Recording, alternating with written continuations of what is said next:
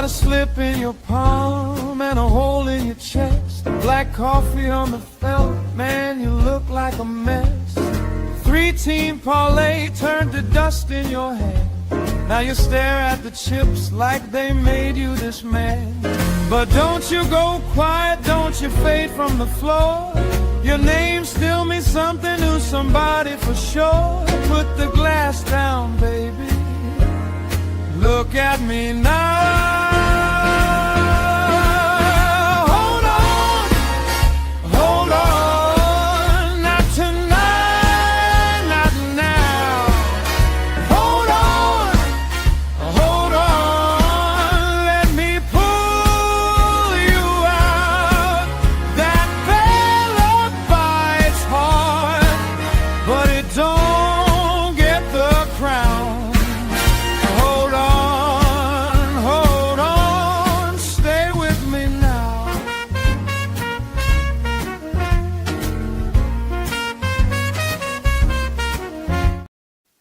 What's up, everybody? It's Toad back with you with Toadstool Sports for Saturday, July 18th.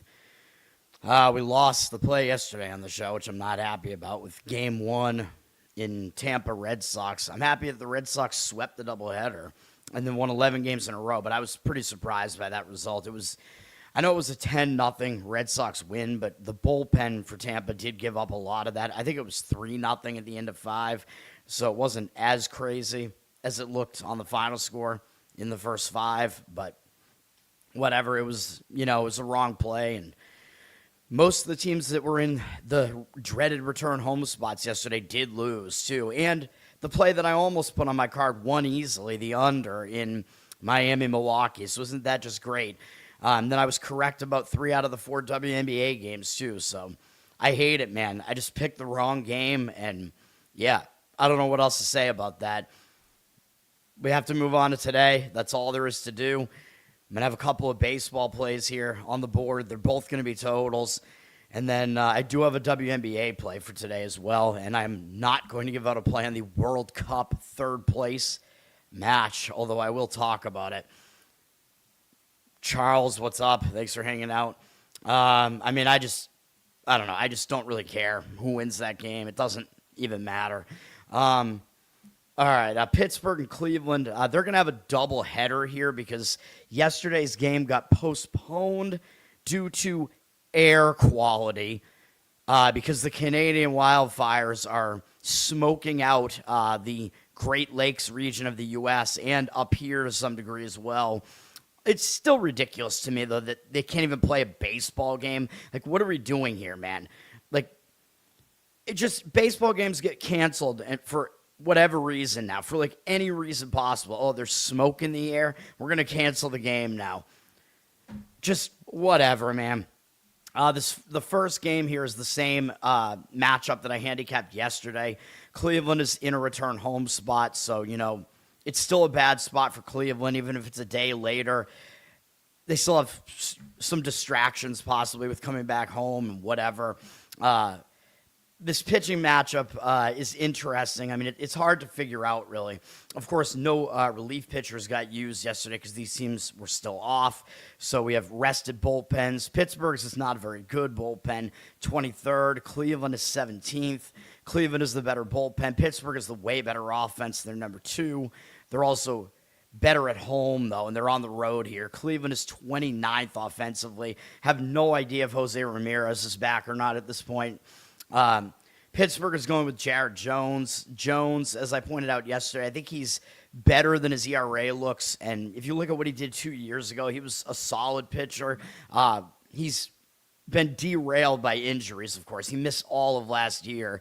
4.37 ERA, 1.14 whip this year. That whip is pretty good. He's also been better on the road this year, 3.94 road ERA. Although his opponent batting average is actually not better on the road. As I pointed out yesterday, though, we have to kind of figure out how he's going to respond to his last start because he had a perfect game through 6 innings against the Braves, and the manager took him out of the game. So how is he going to respond to that? Like, I like to tread really lightly with a guy that loses a no-hitter or a perfect game late in the game because I think that could, hang them over into the next game. With Jones, I'm not so sure that's going to happen. Like, he only threw 77 pitches. He did not give up anything in the game, and the manager took him out, so maybe he's just itching to get back out there and pitch well and prove something again, you know? So I could see that going both ways for him. I could see him being hung over after that, or I could see him really being motivated after that. I don't know which way it's going to go, but obviously that was his best start of the season. He was pretty good in his last 2 starts. He's got a low hit rate so far this season. His walk rate is fine as well. Strikeout rate is relatively high. So, I mean, his numbers across the board don't look too bad here. Cleveland only has 2 hitters who have faced him, but they have done damage. Bailey and Hoskins, 429 average, 1,500 OPS, 1-1 strikeout walk ratio. It's such a small sample size. I don't think there's that much to take away from that. Like, I think this shouldn't be that bad of a matchup for him against this offense. Gavin Williams is pitching for Cleveland. He's having a good season. He's the more proven pitcher of the two. 3.81 ERA, 1.15 whip, 3 ERA at home. He's been good at home. 11 strikeouts in his last start against Minnesota. So he was dealing in that start. He's been pretty good pretty much most of the season. That was one of his best starts of the season. He's got a low hit rate on the season. His walk rate isn't too bad. He's got a lot of innings, and he's got a lot of strikeouts too. Guys like this, I mean, he's young still, so you got to watch his inning count like as the season progresses. Like, I think once these guys get to about 150 innings, if they haven't done that before, you might have to start like worrying about that. Not yet though. And these guys are coming out of the All-Star break, so they should all be relatively rested here because they haven't pitched for a while. His numbers against Pittsburgh, 23 at-bats. It's a small sample. 5 hitters have faced him. Most of it is Brandon Lowe, really, who does have a home run off him. 261 batting average overall, 900 OPS, 6-1 strikeout walk ratio. Again, it's a small sample size. The numbers aren't great, but I could see both pitchers pitching well here. The money is seemingly indicating towards the under, which was kind of the way I was leaning yesterday. It's a low total of 7.5. Odds makers kind of telling you they think it's going to be a low-scoring game. A lot of Cleveland home games tend to be low-scoring. They don't hit well. Pittsburgh doesn't hit as well on the road, at least. 55% of tickets, 50% of the cash on the over here. Money is also backing Pittsburgh. 63% of tickets on Cleveland, 54% of the cash on Pittsburgh. I could see the argument for it just being that could be a close pitching matchup, and it's about the situation with Cleveland still being in a return home spot here. The thing I would say is if you're going to play Pittsburgh, I would say you should do it in the first 5 innings because they do not have a bullpen advantage here. But I think maybe the under is the better way to look at it. You could go under first 5 innings, but you're probably looking at a 3.5 there. That would just be the way to get Pittsburgh's bullpen out of there because I don't really trust them. But at the very least, they're rested here, though. And as I pointed out yesterday, teams that are coming off these extended breaks, the offenses can be a little bit slow to start, too. So just something to keep in mind. I think we did see more lower-scoring games than higher-scoring games yesterday for the most part. So I think that kind of remained true, although you can't really just look at one day to know that. Yeah, I mean, we saw the sky looked like fire. You got to get on Twitter, man. The entire sky was orange for like 2 days here. But you could still have played a baseball game. It wasn't like the smoke and stuff was already like kind of gone from here before the Red Sox played yesterday, though. All right, Minnesota and the Cubs. This game, or this series, I mean, feels like we might be able to find some overs that could happen here. Yesterday's game didn't. Chicago did lose in the return home spot. What else is new? Like I said, most teams in that spot yesterday did lose, which means it could be a bounce-back spot now, because when a team loses in that return home spot, a lot of times they bounce back and they play better in the second game back home because now they're focused again. Whatever they had to do at home, they kind of got it out of the way. They didn't look good in the first game. They can tend to bounce back here. I'm not gonna bank on the Cubs actually doing that here, but just generally that is something to look at as a situation. The Cubs used 4 relief pitchers yesterday. Minnesota also used 4.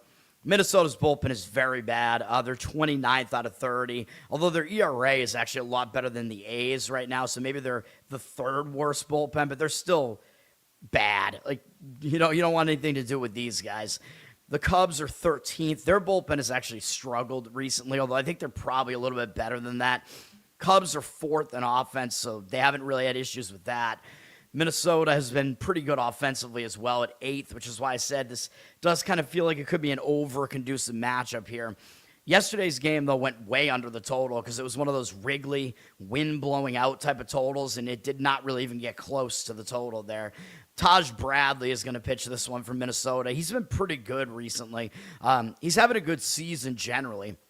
He had like one bad stretch where I gave out a couple of plays on him during that bad stretch. 3.59 ERA, 1.22 whip. Pretty good. He's a little bit worse on the road. 4.06 road ERA. He's pitching well, though. Like, his last few starts have all been good.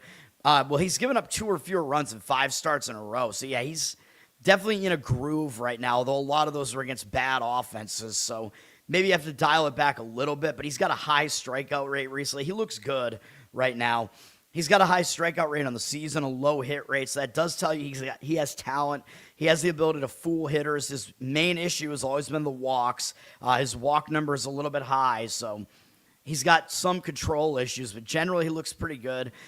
His numbers against the Cubs are kind of mediocre in 27 at-bats, 259 average, 792 OPS allowed is a little bit high. 10-2 strikeout walk ratio is not bad. You know, I mean, what I would say about this is he's pitching better now than he has in his career so far, so we're getting possibly the best version of Bradley the way that he's pitching right now, so he might be on the better side of these numbers here, so I might lean more towards him pitching well here than not. Matthew Boyd is pitching for the Cubs. He's been injured for most of the season. When he's pitched, he's been mostly all right. 4.5 ERA, 1.28 whip. Mediocre numbers there, I know, and he hasn't been as good at home, 5.04 home ERA, but it's a small sample size. He came back from injury in late June. He's made 4 starts since then. He's allowed 4 or fewer earned runs in all of them. Only one of them came at home, but it wasn't a particularly good one against a bad San Diego lineup. That might have been one of those games that was in one of those high wind environments, though. I think it probably was, so maybe we don't really take that much away from that. Boyd, I mean, he's been good like the last couple seasons, so I kind of think that he will. I would lean more towards him being a decent pitcher right now is what I mean to say. He's got exactly 1 hit allowed per inning, which you'd want that to be lower, though. His walk rate is not too bad, but given the amount of hits, you know, of course, that drives his whip up a bit. His strikeout rate is all right, more than 1 per inning. That's not bad. Against Minnesota, he has not really been that good, though. But they only have 4 hitters who have faced him, 23 at-bats. The majority of it is all coming from Josh Bell, who's had some success off him. They have a 348 average, 874 OPS, 6.6 strikeout walk ratio. And, you know, so even though it is a bounce-back spot for the Cubs, it looks like the matchup in the starting pitching probably favors Minnesota a little bit here. The bullpen certainly does not, though. Looking at the market read here on this, the money is backing Minnesota. Like, the money's backing Minnesota and the over for what that's worth. The total's at 9. I could see the argument for the over just being that, you know, I mean, both pitchers maybe could be hittable enough that we get to the bullpens and then the thing goes over, although I don't know, man. Obviously, Boyd doesn't have good matchup numbers, but it is a small sample size. 53% of tickets, 83% of the cash on the over, but the money indicating on Minnesota might be where I would look in this game. The Cubs, 72% of the tickets, but 57% of the cash on Minnesota. Nobody really wants Minnesota here, even though it is a bounce-back spot for the Cubs. They're about minus 140 something or so. I think Minnesota in the first 5 might be worth a look. I think Bradley might be able to outpitch Boyd here. He's got the somewhat better matchup numbers here. He looks to be in somewhat better form than Boyd right now as well, and he's the younger pitcher that has higher upside. Obviously, I would cut their bullpen out of the equation, but I could see the argument for Minnesota in the first 5, and you would get them as an underdog if you did that. The White Sox in Toronto. Toronto returned home yesterday, and they lost. So, yeah, another team that returned home. They were returning home from the Pacific Coast. Very difficult spot for them. They lost badly, 12-4. So it could be a bounce-back spot. Again, when you have that return home spot and you lose, the more embarrassing the loss, I think the more likely it is you're going to be able to bounce back. The problem is, if you want to bet Toronto here, you got to back Shane Bieber, and he does not look like he's back, man. So I would be very hesitant to do that. Toronto, they have a decent bullpen. They used 4 guys out of the bullpen yesterday. They did not use their closer, Varland. They have the better of the 2 bullpens, though the White Sox bullpen hasn't been that bad, really, either. They used 3 guys out of their bullpen. The Blue Jays have the 11th ranked bullpen. The White Sox are 18th, but there isn't that much of a disparity between the two. Blue Jays are slightly better. The White Sox are the better offense. They're tied in 9th with Milwaukee. Toronto has struggled basically all season at the plate. They're 26th, not very good. They could use Bo Bichette right now, maybe, although his offense hasn't been good either with the Mets. Chicago is going with Davis Martin here. Having a surprisingly good season, but he's been worse recently, so I thought there might be some regression coming from him because, he's 29 and he was pitching at a really high level from out of nowhere early this season, so I was like, yeah, I don't know if that's going to be totally sustainable. He's got a 3.41 ERA, 1.29 whip. Still not bad. He's not as good on the road at all, though. 4.72 road ERA, so that's not good. Martin really hasn't been good over his last couple outings, so not a good sign. It was against Cleveland and the Red Sox. I mean, not exactly elite offenses there. His team has lost 4 of his last 5 games. He got shelled by the Yankees a little while back, but I was willing to give him a pass for that because that's just not an easy task to have to go into the Bronx and pitch. And he actually was okay in the 2 starts after that. But generally, I don't know, man. He's not in good form right now. His walk rate's gone up. He's got a reasonable hit rate here. His walk rate is not too bad, but it's getting a little bit higher here. His strikeout rate is mediocre as well, so I don't know. I think he is more of a mediocre pitcher. He does have decent numbers against Toronto, though. 27 at-bats, 259 average, 671 OPS allowed, 7-5 strikeout walk ratio.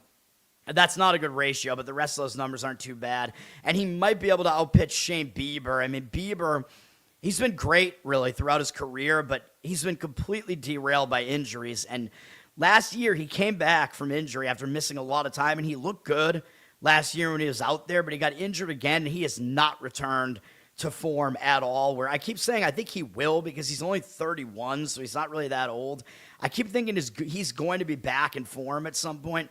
He is not right now, though. 7.64 ERA, 2.04 whip. He's been better at home, although that's relative. A 6 ERA is not good.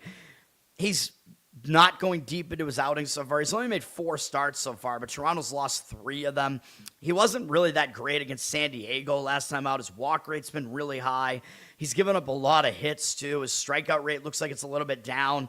There's really not a lot to like about what he's shown so far, so that's not good. I mean, again, I think at some point he might bounce back and start pitching better, but we have no idea when that's going to be. The White Sox only have 2 hitters who have faced him. Benintendi has absolutely destroyed him, though, and Grichuk has basically done nothing against him. So there's not a whole lot to take away from that. I know it's 30 at-bats, a 400 average, allowed 1,053 OPS. It's like all coming from Benintendi, though.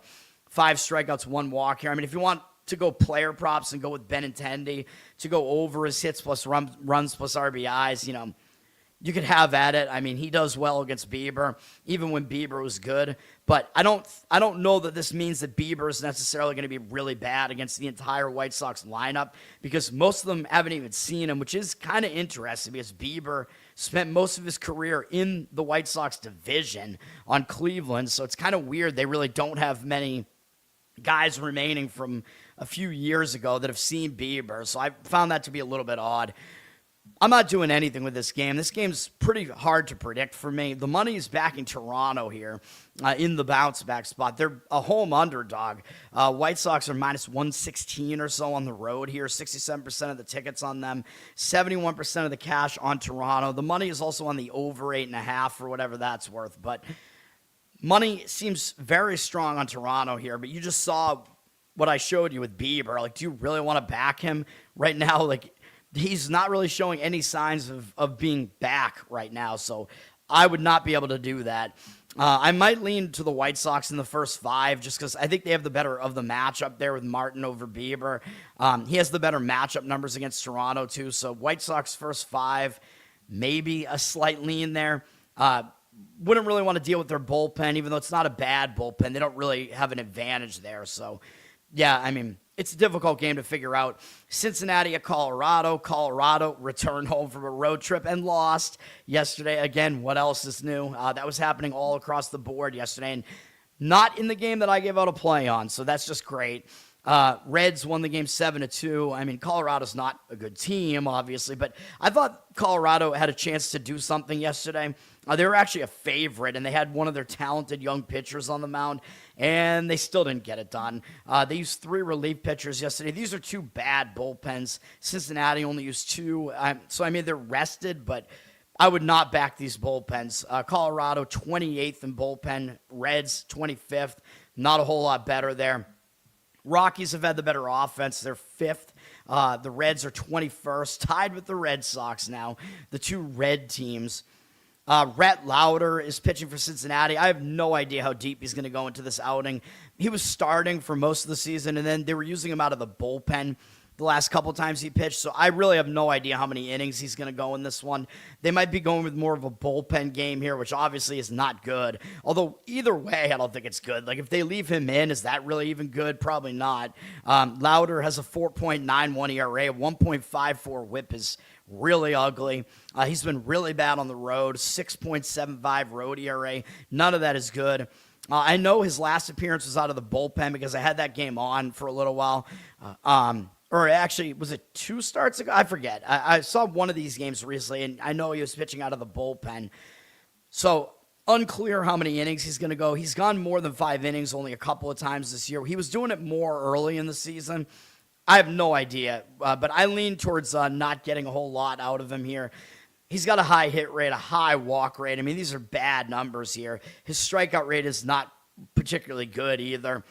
Numbers against Colorado, not much. Only Willie Castro's ever faced him. He's 1 for 2 with an RBI single and a strikeout against him. But I lean towards Lauder not pitching well here, even though he does have an unfamiliarity advantage here.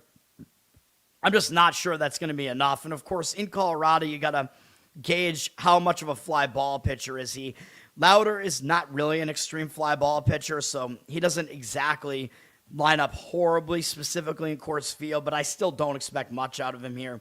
Colorado's going with Tomoyuki Sugano, who is coming off the injured list. I keep calling it the disabled list. Oh, we can't use that terminology anymore.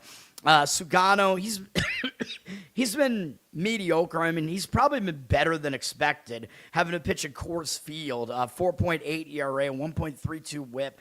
Not great, but not exactly like we need to get this guy out of here right now. He's actually been better in Coors Field, 4.14 home ERA, so kind of crazy. He's been better at home. Hasn't been good recently, but he was maybe dealing with an injury, which is why he went on the injured list here, the disabled list. 2 of his last 3 starts were pretty bad, but one of them was in the A's stadium, so I'm willing to give him a pass for that. The other one was at Minnesota. A lot of high-scoring games happen in Minnesota, too, although, of course, Colorado is very score-heavy as well, obviously. His overall numbers, I mean, they're not great, obviously. He's got a high hit rate. His walk rate's not bad, though. Strikeout rate is very low. I mean, he does not strike out anybody. And he is a fly ball heavy pitcher, which is why we thought he was going to do really bad in Coors Field. But he really hasn't. He's been okay in Coors Field this year, although his home run rate is still a bit high here. What are we going to get out of him here? I have no idea. And, I talk about guys coming back from the injured list. Like, a lot of times I actually like backing a veteran pitcher coming off the injured list because they're usually ready to go. They're pumped about it. They get excited to be back out there. I don't know what's going to happen with Sugano because he's definitely a veteran professional pitcher, but he spent most of his career in Japan, and this is only his 2nd season in Major League Baseball, so I don't know. But, I mean, he's kind of been through it all at this point, so who knows. His numbers against the Reds actually really 26 at most of their hits. Even though it's not a huge sample, they have no extra base hits against him. 115 batting average, 322 OPS, 4-3 strikeout walk ratio. I mean, the ratio there isn't good, but the rest of those numbers are pretty good, so he might be able to match up okay against Cincinnati here. On the surface, I first saw this, and the game looked like an over to me, though. But the total is ridiculous. It's 13. I mean, it seems pretty unplayable at 13, really. Even though I know when the odds makers put up a high total like that, they're telling you something with that number. The money is all coming in on the over, too. 69% of tickets on the under, 77% of the cash on the over. I would not play the under, I'll tell you that, but I don't really want to play the over here either. There is the potential that there are fewer runs scored earlier in this game. Money's also backing Cincinnati, which I don't really see that. 62% of tickets, 72% of the cash on Cincinnati. I don't like that. They're a favorite on the road, a small favorite. To me, it looks too easy to play Cincinnati. Like, nobody's going to want to play Colorado here. I think there might be maybe a look towards Colorado because they're in a bounce-back spot after losing in the return home spot yesterday. I think Sugano might actually have the upper hand in the starting pitching over Lauder. And we have more of we have more matchup stats to use for Sugano there. So Colorado first 5 actually is probably what makes the most sense to me in that game. I think that's what I would do if you forced me to play this game. Colorado as possibly a slight underdog in the first 5. That's probably what I would do. I would not back either team's bullpen, though. The Mets, I don't know what's going on with the Mets. They should be way better than they are. It'll be the DL, whatever. All right, next game is going to be one of my plays.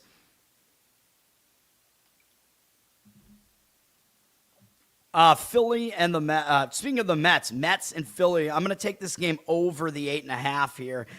I think this is the way to go with this one. It is not an elite starting pitching matchup, but I think we have some situational angles here as well.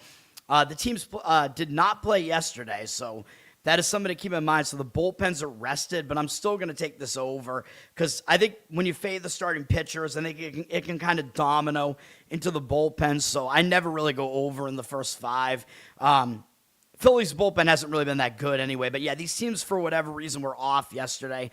I gave out a winner the day before that on the Mets. It was my only play on that Thursday with not a lot going on. I gave out the Mets as a play there. They won the game. So that was a return home spot for Philadelphia. That was part of the handicap there.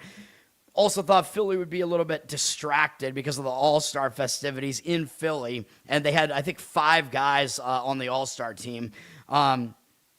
So the Mets, took that game. Could be a bounce-back spot for Philly now that they lost that game to the Mets back at home. They might bounce back and show up, better in Game 2 here. Obviously, Philly has the better starting pitcher here, but I'm going to fade both of these guys here. As far as the bullpens, like I said, yeah, they're rested. The Mets bullpen, they're ranked 9th, but their ERA is at 4 right now, so they haven't been quite as good recently. Going into the All-Star break, they really weren't pitching that well. Philly has not really been that good out of the bullpen. They're 20th. They have a mid-4s ERA, so I'm okay with fading these bullpens here in this spot like this. But again, it's mostly about the starting pitching just not lasting that long into this game. I know the Mets have been bad offensively. They're 28th, but they've at least climbed out of the complete cellar offensively. Philly's 24th, but these teams both have more talent offensively than what that would tell you. And Philly has been better at home, at least, hitting. And they should be able to get something against Sean Manaea, who is not really that good. 4.56 ERA, 1.32 whip for him. Manaea, he's basically in the Mets rotation because they got a bunch of injuries and stuff, and they just don't really have a choice. I mean, he was mostly being used as a long relief man for them for a while. He's been, serviceable as a starter, but he's not great. He is actually a little bit better on the road, 4.3 road ERA, but I'm not sure that's going to be enough. His last 2 starts were both reasonably good. I'll give him that. Really, his last 3 starts. But he's not really going too deep into these games, and I don't fully trust him in a spot like this. He did pitch here in Philly back in mid-June, and he was okay in that start, but he lasted only 5 1/3. He was really inefficient with his pitches in that one, at least, although he held them to 2 earned runs. Overall, he's got exactly 1 hit allowed per inning. His walk rate is okay, and his strikeout rate is actually okay as well. So, yeah, his numbers aren't too bad across the board, and I know he's in okay form right now, but I think Philly might be able to get to him because they're really familiar with him. They have 132 at-bats against him, 295 average, and 846 OPS. So Philly's lineup has definitely been able to get to him. 33-9 strikeout walk ratio is actually good for Manaea, but the rest of these numbers are not very good. And Manaea, throughout his career, he has kind of struggled with his walks more than he has this year. So I think that I think he's going to give up enough that we can get this thing over. And we're also going to fade Jesus Luzardo, even though I know Luzardo's been in really good form. 3.51 ERA, 1.22 whip. He's been pretty good this year. At home, though, not good. 6.6 home ERA. So, yeah, he's been significantly worse at home. So I think he's fadeable at home. Part of the reason I think he was good recently is because almost all of his recent starts came on the road. So that'll help. Although his last home start was good. It was against Miami. But I think he might struggle a little bit here, man. He's been on fire, and I know he's in good form, but I think he might get thrown off because he just pitched in the All-Star game. And the reason why I think I want to fade him here is that was his first All-Star game that he was named to in his career.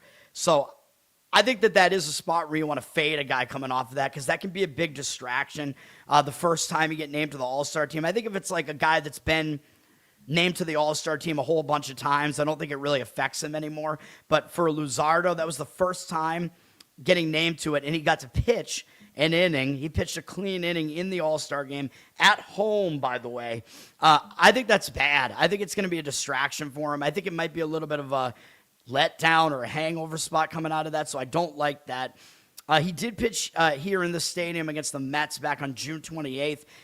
He pitched at the Mets. Sorry, my mistake. He was at the Mets, and he did have a lot of walks in that game, although he held them to 1 run in 5 innings. His wildness was a bit of an issue there.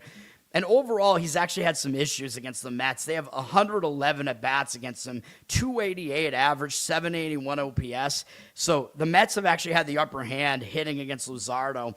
20 strikeouts, 12 walks, also not a good ratio, though a lot of those walks are Juan Soto.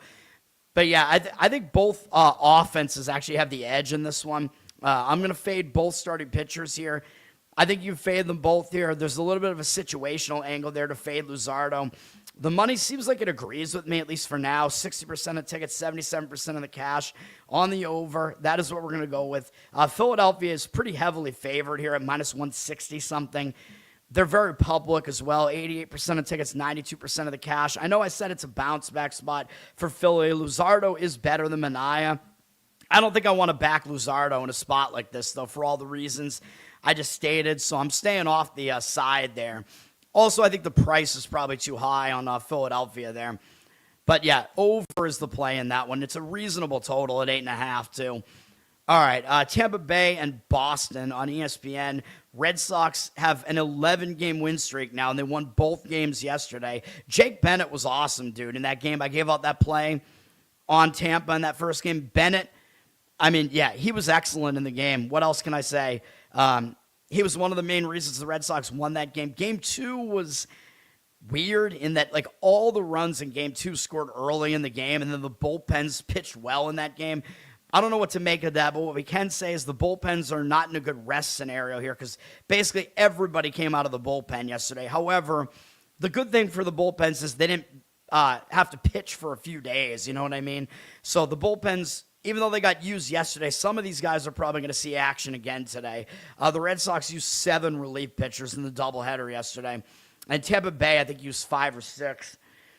They only used 4. So Tampa Bay's bullpen's a little bit more rested, but the Red Sox are the better bullpen in general. They're ranked 2nd in bullpen. They have the 3rd best bullpen ERA right now. Tampa Bay is ranked 7th, but their bullpen ERA is not really that good. So I think they're probably a little bit worse than that. But, I don't think there's a huge bullpen edge for the Red Sox, given that they used everybody yesterday. Tampa's been the better offense for the whole season. They're at 12th, but this Red Sox pitching staff has shut down opposing offenses this season, man. Even with all the injuries the Red Sox have, the Red Sox offense is starting to climb up a little bit. They're 21st. Obviously, they put up a decent amount of offense yesterday. They're tied with the Reds. This game looks like it might have some more offense. I mean, we have a high total here.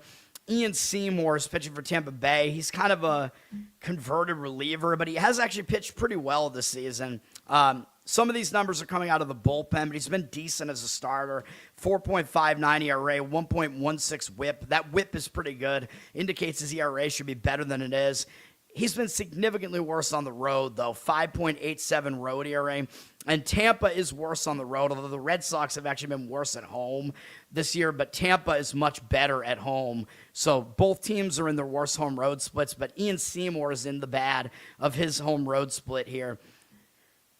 He wasn't good in his last start at home against Seattle either, but he was really pitching well the couple starts prior to that. He had 3 really good starts in a row pretty much prior to that with a ton of strikeouts against the Yankees. But maybe he's fallen out of form. I mean, that game against Seattle was not good. Overall, he does have a low hit rate. His walk rate is reasonable. It's not too bad. Strikeout rate is high, too. So he has been fooling hitters, so at least there is that. The Red Sox also, they've had no success off him. Red Sox have 18 at-bats, and they have no hits. 7 strikeouts, 1 walk, and that's it. 0 average and 0.53 OPS. So Seymour has done well against the Red Sox, at least, but it's a small sample. Red Sox are going with Patrick Sandoval because the Red Sox have no other option right now. I don't think he's good, man. I really don't. I mean, you look throughout his career, he's been mediocre at best. Like, his whip is really not good throughout his career. I know he pitched fine last time out at the White Sox. Not really that easy of an undertaking. Murakami was still out of the lineup then, though. He did not make it 5 innings in that game, but he pitched well enough, and the Red Sox got the win. The bullpen gave up nothing behind him. I don't know what he's going to do here, though, man. I mean, again, he's only in the rotation because half the Red Sox rotation is hurt right now, so it's unfortunate. His numbers against Tampa Bay, they are good in 28 at-bats. They only have 4 guys who have faced him. 7 strikeouts, 2 walks, 179 average, 590 OPS. I still don't trust Sandoval, though. I don't like it, man. I think if I was going to play this game, probably I'd be looking at Tampa in the first 5 here. I think Seymour should be able to outpitch Sandoval here. He's the more trustworthy of the 2 pitchers. He's got the better stuff. He's more proven at this point, even though I know he's kind of a converted reliever in this battle of lefties here. Red Sox are favored at about minus 112, maybe even a little bit higher than that, I guess. Now, the Red Sox, what I will say, which I kind of mentioned yesterday, was that one thing is the public might have a tendency to want to look towards Tampa Bay a little bit here because Tampa Bay has the way better record, so it's like, why are the Red Sox favored? You know what I mean? And I keep telling you, while the odds makers are telling you the Red Sox are not that much worse than Tampa Bay.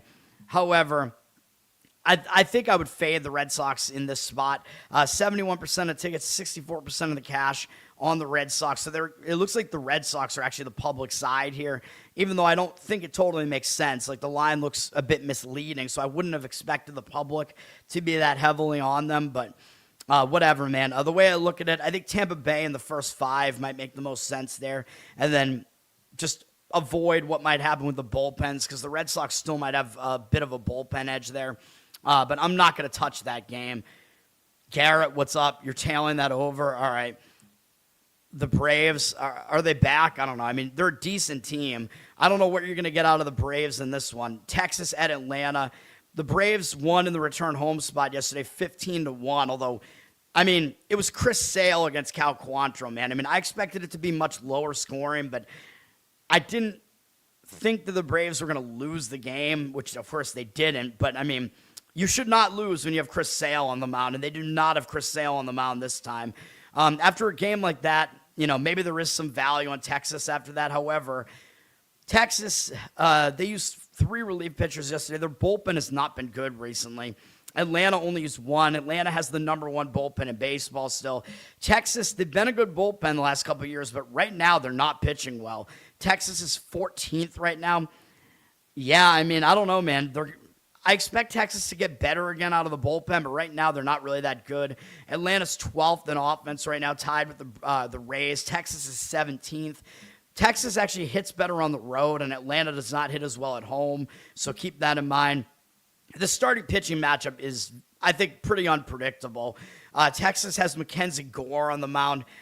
He's a decent pitcher. He's got decent strikeout stuff, but he always has wildness issues. He's got a 4.63 ERA, 1.29 whip. Isn't really that bad.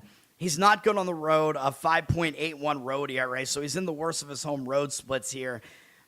I mean, he hasn't been particularly good recently, although his walk rate has actually been low recently, so there is that. So his wildness has actually gotten a little bit under control, but it looks like he changed something and he became more hittable, which is also not good. Overall, he is still fairly unhittable. He's got a low hit rate on the season. His walk rate is too high, as I said, and his strikeout rate is also high, so he does strike guys out at a decent rate. Numbers against the Braves, they've seen a lot of him because he was on Washington for a while. He has 86 at-bats against them. His numbers are pretty much in the average territory against them. 256 batting average allowed, 773 OPS. So I would say the Braves have like a slight edge against him, but it's not really that much. 24 strikeouts, 8 walks against him. So, I mean, Gore, he is capable of pitching well, but he is in the bad of his home road splits here. Atlanta probably has a slight advantage against him. So, yeah, I would lean slightly against Gore here.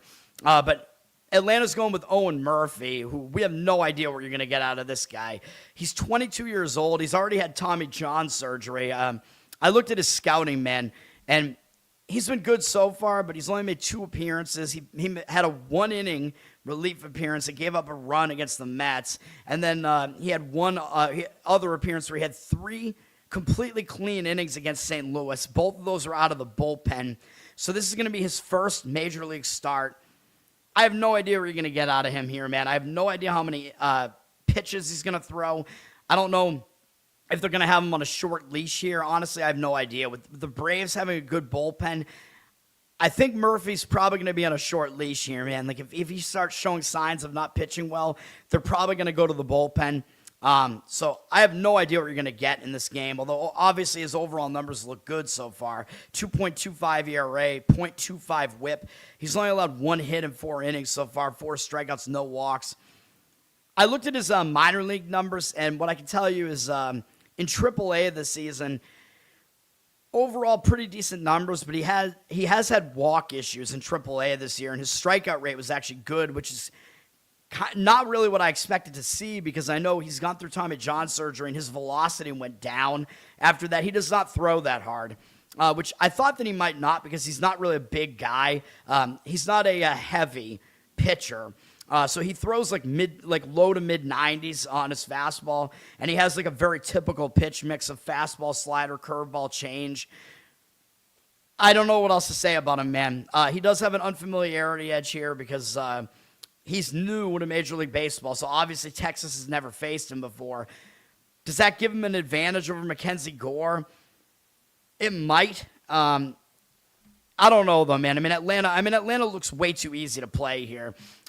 You're getting them at basically a pick-em price here. It looks way too easy to play Atlanta at that price. The money is heavily backing Texas here. 70% of the tickets on Atlanta, 93% of the cash on Texas. I mean, I might still slightly lean towards Atlanta just because I think Gore may be at the disadvantage here, and you might be able to get enough out of Murphy plus the Atlanta bullpen to get you the win there. I would not actually want to bank on it, though. That would not be one that I would actually put money on.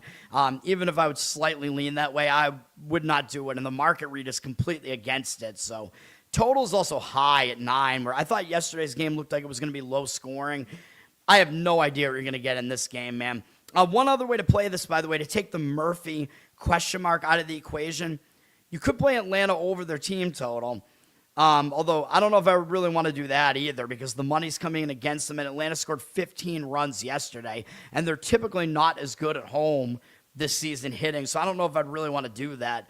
And you're going to be probably asking them to score 5 runs, I guess, if you do that, something in that realm. Obviously, it's certainly possible, but not something I would really want to do. I'm not really a team totals guy anyway. Maybe I should be. I don't know. Baltimore and Houston. Houston returned home from a road trip yesterday, and they lost 3-2. Where that was a game where I think I had a slight lean towards the under in that game yesterday in the first 5, which probably hit.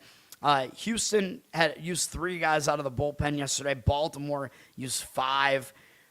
I don't love either bullpen here. They're both kind of in mediocre territory here out of the bullpen. Where are they at? I don't even see them. Where are they? Houston is 19th. They started off the season really bad, as we know. Baltimore is actually 10th, but their ERA is not really that good, so I still consider these to be mediocre bullpens. Houston, 14th offensively. Baltimore, 16th, so they're both mid-tier offenses as well. Baltimore's going with Trevor Rogers. Rogers, really good for Baltimore last year. Started off really bad this year, but he started to pitch better recently. He's got a 4.48 ERA, 1.31 whip. I know those are mediocre numbers, but he's been better recently. As you can see, Baltimore's won 4 starts in a row of his, and he's been pitching a lot better. He's allowed 1 or fewer earned runs in all 4 of those, and he was not facing weak offenses either. I mean, we're talking about Dodgers, Nationals, Cubs, Reds in Cincinnati, where he had some walk issues in that one. And the Reds, I know they haven't been hitting that well, but whatever. Rogers, he's basically been good since the beginning of June. He hasn't allowed more than 3 earned runs in any outing. He's got a low-ish hit rate on the season. Now his walk rate is, I would say, still slightly high. His strikeout rate is low, though. He is not striking guys out, which does worry me a little bit with him. Numbers against Houston are pretty solid, though. In 35 at-bats, 171 average allowed, 523 OPS, 16-3 strikeout walk ratio. Not bad numbers there at all. Rogers, yeah, I mean, he's pitching well right now, so he might match up pretty well here as well. He's got good matchup numbers there. So I would lean towards Rogers pitching well. Houston's going with Spencer Arrighetti, who's kind of done the opposite of Rogers. Arrighetti was pitching well early in the season, but I warned about it because he's too wild, dude. He walks way too many guys, and he's been a lot worse recently. He's got a 4.5 ERA, 1.33 whip, so both guys have similar overall numbers on the season, but they're different pitchers, though. And Arrighetti, he strikes out way more guys, but he walks way more guys, and he's heading in the wrong direction. He is better at home, though, 3.22 home ERA, so he's been very good at home. But his walk rate, I mean, this is a major, major concern. 2 of his last 3 starts, he had 5 or more walks. That is not going to get it done at all. That is not good. More walks than innings pitched in both of those. He had 1 good start at home in between those 2, though. Both those starts were on the road, and he pitched well against Tampa at home in between the 2. But he's, he's not really in good form right now, man. He's got a low hit rate. He's been very, very hard to hit. His strikeout rate is pretty good, although not as good as you might think. And his walk rate is really high. Again, that's his main issue is the walks. Again, he's got to do something to fix that. Numbers against Baltimore are actually pretty good. In 34 at-bats, 206 average, 529 OPS, allowed 12 strikeouts and no walks, believe it or not. So Baltimore has not been patient against him. What do we do with this game? I mean, based on the matchup numbers, it does kind of look like an under. I think I would only go first 5 under, though, if I was going to do that. I do not want to deal with the bullpens here. The total is 9. The money looks like it does agree on the under. 58% of tickets, 90% of the cash on the under. That is probably what I would do, first 5 under in this one. And I agree with Baltimore as well. Houston, 54% of tickets on them. I know they're in a bounce-back spot because they lost in the return home spot, but it was a close game. And Rogers, like I said, he's in the better form right now, so he's trending in the better direction. So I would prefer to back Rogers here. Mr. Rogers, 72% of the cash on Baltimore with 54% of tickets on Houston. Baltimore looks like they're a slight favorite. It's like close to a pick'em price there. Again, I'm just giving you all the info, man, and telling you what I think. Obviously, you can disagree with me if you want. There are many ways to attack these games. So, yeah, I think I got nothing else on that one. But, yeah, I think I would prefer the first 5 under over the Baltimore side. I think if you do play the Baltimore side, I was going to say maybe you go first 5 innings with it, but Baltimore might have the bullpen edge as well. So I could see an argument for first 5 or full game on Baltimore. The next game up will be my other play. I have 2 baseball plays. This is going to be the other one. And I'm mad that I did not put this on my card yesterday. Miami-Milwaukee. I felt pretty strongly about the under yesterday, and it hit. And I'm going to give it out today in this one. I'm going to go under. Of course, watch this one lose after yesterday's one, and I was very, very close to adding it to the card yesterday and didn't. I'm pissed. We get an 8 on this one, which is fairly reasonable, I think. So I'm going to go under 8 here. I'm going to back the bullpens, even though Milwaukee did use 5 relief pitchers yesterday. But again, they're really rested, dudes. So obviously they could use some of these guys again today. Miami used 4, but again, coming out of a break, the bullpens are still relatively rested. So that's not too bad. We're also looking at 2 pretty good bullpens here, which, again, obviously that's part of the reason I'm backing them is the bullpens are actually good. Miami is 4th, although I don't think they're quite that good. The Brewers are 8th. I think the Brewers are definitely like a top several bullpen, so I'm fine with that. And I like the starting pitching here. We're going to back Max Meyer for the Marlins here. Meyer has been very good this season, 2.58 ERA, 1.11 whip. He's been only a little bit worse on the road, 2.29 road ERA, or excuse me, 2.92, road ERA. Still good, though. He's still pitching pretty well right now. Now, he's been in good form. I mean, he's allowed 2 or fewer earned runs in all but 1 start going all the way back to mid-May, and he's only allowed more than 2 earned runs 4 times all season. He's only allowed more than 3 twice. Obviously, he's having a good season, and he was named to the All-Star team for the first time, and I know I said that could be a distraction when you get named to the All-Star team, but I think it's worse for Luzardo because Luzardo's a little bit older. He's had a more established career, and he got to do it in his home stadium, and he pitched. Luzardo actually pitched, whereas Meyer did not, so I don't think it's going to affect Meyer as much. He got named to the All-Star team, but I'm fine with backing him here because he didn't pitch in the game. I think the Marlins probably just asked, the National League manager or whatever to just not play him or whatever because he was scheduled to pitch the first game out of the All-Star break or the second game out of the All-Star break. So the wishes were respected. So he's pitching on, nobody's pitching on normal rest here, but he's pitching in his next turn in the rotation. So I'm fine with that. Like, I don't think it's going to be that much of a distraction just because he was named to the All-Star team, and obviously he was there. Against Milwaukee, he's been pretty good. They only have 13 at-bats against him. 231 average, 747 OPS. I know that's getting a little bit high, mostly because Vaughn has a home run against him. That's the only extra base hit against them. They have 3 strikeouts and 1 walk. I think Meyer should be able to pitch well here. And I'm also going to back the mystery man, Shane Drohan, who still has no picture on ESPN. Drohan is pitching well, dude. A 3.09 ERA, a 1.2 whip is maybe not as good as you'd expect with that ERA, but it's still not bad. He's been a little bit better at home, 3.03 home ERA. He's pitching well. He's allowed more than 3 earned runs only once all season. Granted, he was coming out of the bullpen early in the season, but since he's been a starter, they've ramped him up a little bit. He's basically going full starter's workload now, and he's doing well. He looks good. He's got a pretty low hit rate here. His walk rate is not horrible, maybe slightly high there, and his strikeout rate is reasonable as well. It's a decent strikeout rate, and he might have a little bit of an extra edge here because Miami's never faced him before. So I think that could be an extra advantage to him. Again, these young pitchers that have never been seen before by the opposing offense, they can have a little bit of an extra advantage there. Meyer, by the way, before I'm off of him, Meyer has all good numbers across the board. Low hit rate. His walk rate is, it's not excellent, but it's still not bad. And his strikeout rate is high as well.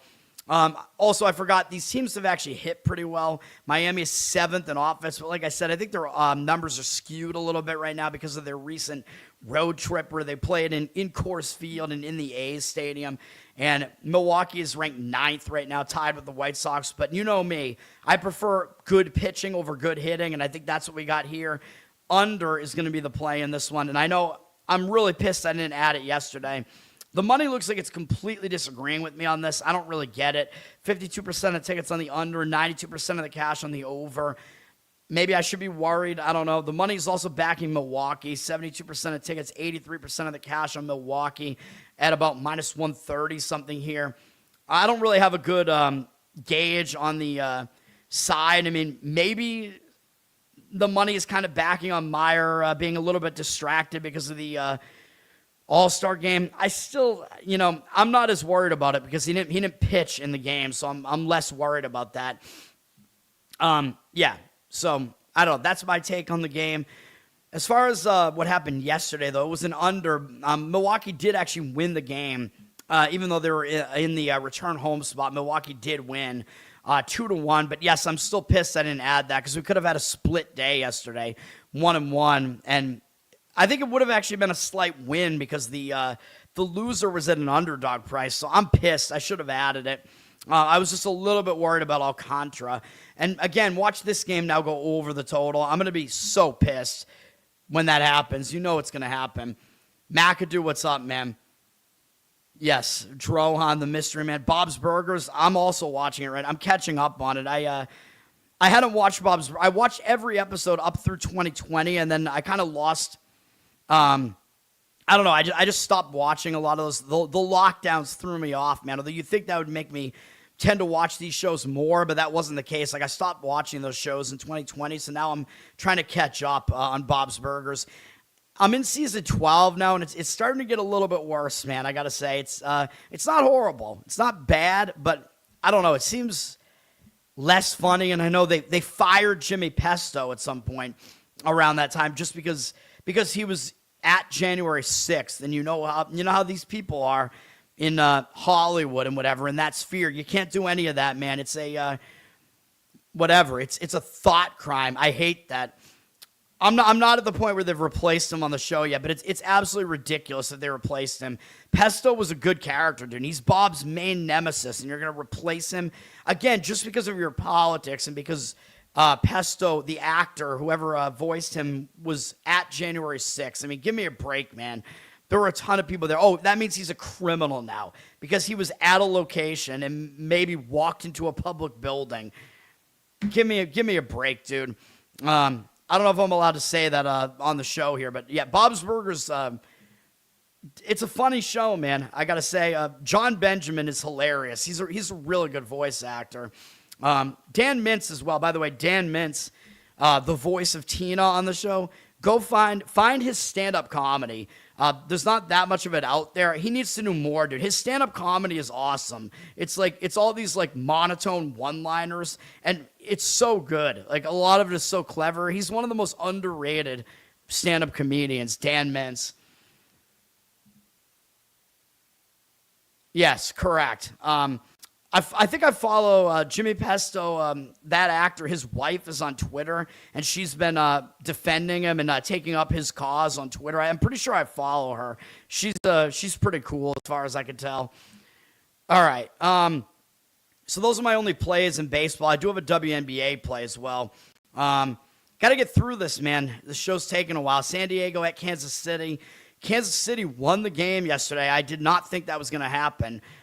Return home spot. They're not a good team pitching-wise, and they won the game anyway in a high-scoring battle, 7-6.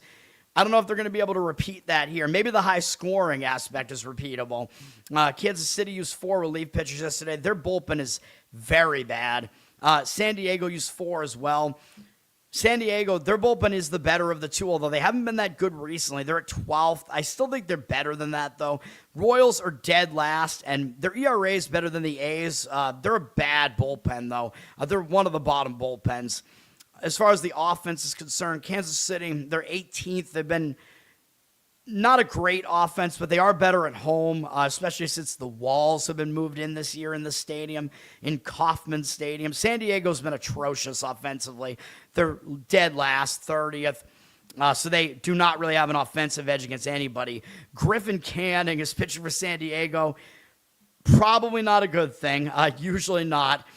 He has not been good. 6.47 ERA, 1.6 whip. That's even worse considering the fact that San Diego has a pitcher-friendly ballpark and he's still not pitching well even there. He's even worse on the road, though. 7.4 road ERA. Yeah, that is not good, obviously. I mean, you could maybe make the argument he's pitching a little bit better recently, but he's not going deep into these games. Not great, man. I mean, his hit rate is a bit high. His walk rate is very high. His strikeout rate is actually not bad. It's like 1 per inning, basically. So that's not bad. But, yeah, the walk rate is really, really bad. And he's been too hittable. However, you probably wouldn't have guessed it. Kansas City actually doesn't hit him well. In 37 at-bats, 189 average, 555 OPS allowed, 8-2 strikeout walk ratio. So Canning, I wouldn't want to trust him. I mean, he's not a good pitcher. He's obviously not good on the road, but he might have a little bit of a matchup edge here. Kansas City's going with Randy Dobnak, who is a converted relief pitcher. I don't like it. I know he's got these glasses that make him look kind of cool, kind of like a nerd. I don't know. He's got long hair and a beard, which I like. I don't know what we're going to get out of this guy, man. I mean, he hasn't pitched much this year at all. He's given up some runs at home, 4.5 home ERA, has a 1.86 overall ERA, but a 1.34 whip is not good. But he's only made 2 appearances. He had a 4-inning appearance against Tampa Bay and a 5 2/3 inning appearance against the Mets. He was not great against Tampa Bay. He was pretty good against the Mets, although he walked too many guys in that outing. I don't know what we're going to get out of him, man. They actually let him go 95 pitches in that one, so he might actually go a starter's workload here. I believe both of those games were out of the bullpen, though. Yeah. So he worked out of the bullpen in both games. So I would be aware of that because Kansas City might do something weird here. They might like throw an opener in front of him, so just something to be aware of here that he might not actually start the game. So if you're going to play this game in any capacity, I would pick Canning must start for San Diego, but I would not pick a Royal starter here. Really, well, actually, I might not pick either starter here because Canning has actually had an opener come in front of him some of the time too, although I think it's more likely that he's going to start this game than not. Dobnak might not start, though. I have no clue what's going to happen with Kansas City. However, I mean, just on the surface, I mean, this game looks like it's going to be an over. I mean, I don't trust either of these starters. I know Canning does have good matchup numbers here, but I think the over might be the better way to play this game still. The money seems like it agrees with it. 52% of tickets on the under, 93% of the cash on the over. The total's 11, though, which just seems insane for a Kansas City game. But I know they move the walls in, so it's going to be more hitter-friendly. But 11 maybe a little bit extreme. But again, it looks like there are going to be some runs in this game. I don't like the pitching here. I don't like Kansas City's bullpen either. San Diego's bullpen has been underperforming, so I think there are more indicators towards an over here. And I would not disagree with San Diego either. They're getting the money as well. They're a small road favorite. It almost looks too easy to play them, though, which is one concern. That was my concern yesterday with San Diego. Even though it looked like they had the situational edge, the starting pitching edge, it looks too easy to play them because Kansas City has a bad record. The public's not going to want Kansas City. The money, though, is backing San Diego. 66% of tickets, 82% of the cash on them at a small price. And the public might have less of a desire to back Griffin Canning at the very least. I mean, I don't even want to really back him, but I think if you asked me to pick a side in this one, I would pick San Diego. I would play San Diego if I was going to play a side in that one. I think they have the better starting pitching situation, believe it or not, in that one, and they have the better bullpen still. So I would lean San Diego there, but I think the over might be the better way to approach that game. St. Louis and Arizona. Arizona was in a return home spot yesterday, and they lost. I thought that was a bad spot, dude. I was kind of tempted to look towards St. Louis yesterday. They won, although they barely won. It was 5-4.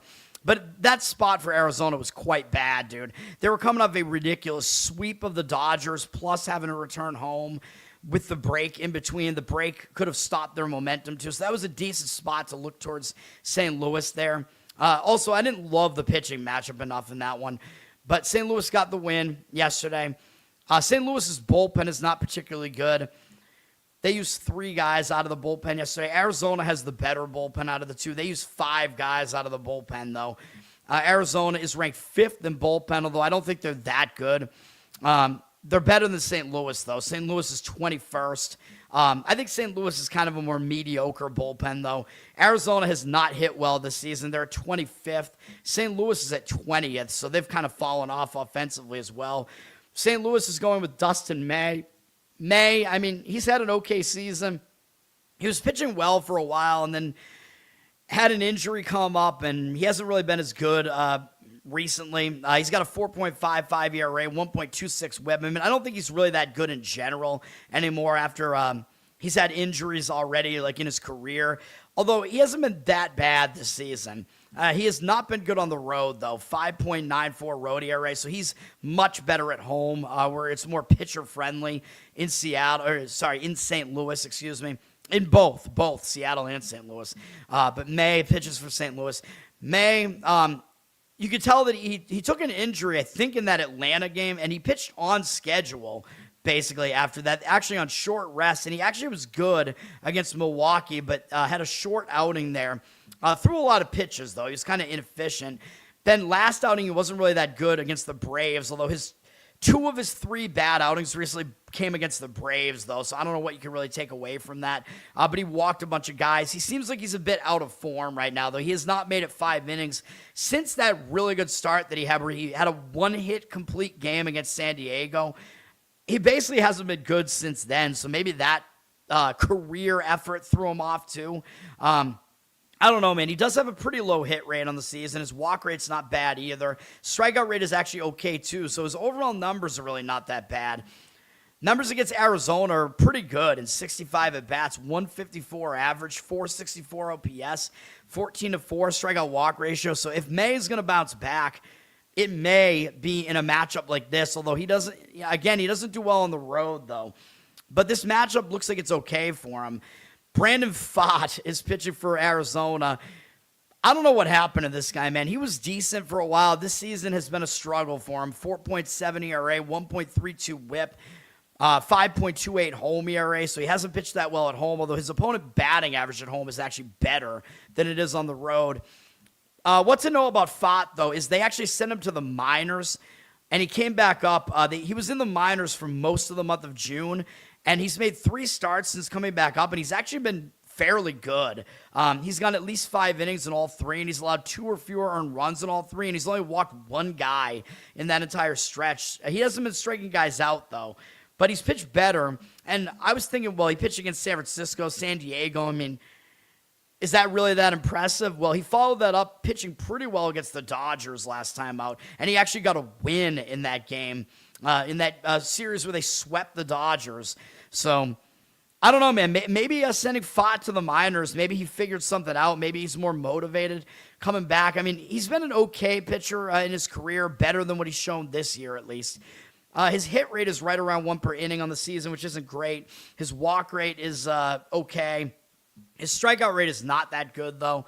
Doesn't really strike guys out right now, which is a little bit of a concern. But he's actually been pretty good against St. Louis. They only have 6 hitters who have faced him. 45 at-bats, though, is a decent sample. And they have not really done a whole lot against him. 200 average, 567 OPS, 12-2 strikeout walk ratio. So this game might be a first 5 under, dude. I don't like the bullpens here, but yeah, I mean, Arizona could be in a bounce-back spot because they did lose in the return home spot yesterday. That was a close game. But I think first 5 under maybe makes the most sense here. The money's backing the over, though. The total's 9 in the full game. 63% of tickets on the under. 61% of the cash on the over. But again, I might look towards the first 5 under. I think Pfaadt may have at least fixed something when he was in the minors. I know May hasn't been in good form recently, but he matches up well, at least, against Arizona. And Arizona's hitting hasn't been very good. Arizona's a slight favorite. They're getting the money, 53% of tickets, 60% of the cash on Arizona.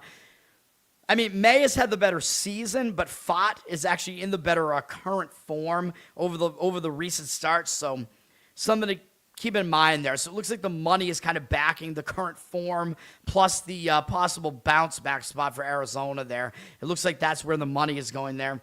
If you're going to play Arizona, maybe you go full game with it because they might have a bullpen edge there, but I don't know, man. Or maybe you just focus on starting pitch. I don't even know, man. I mean, I don't really see a huge edge for them with the starting pitching. Obviously, I'm not playing the game, so.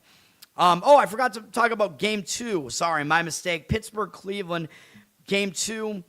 I'll take a break, and I'll do it when I come back. I usually talk about the doubleheader back-to-back. My apologies. I'll talk about it when I come back. But this one actually almost made my card. I do have an angle in this one. I'll be right back.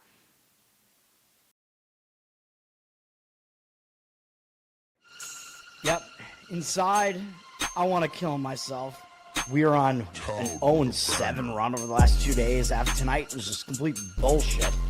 So So that's how I'm going to start off this show. Horrible Sunday, 1-5. I don't even know what to tell you about that. I just don't want to do this anymore. I have never seen anything like this, man. With the slump continuing, 2 straight losses, not a good day at all. 0-4.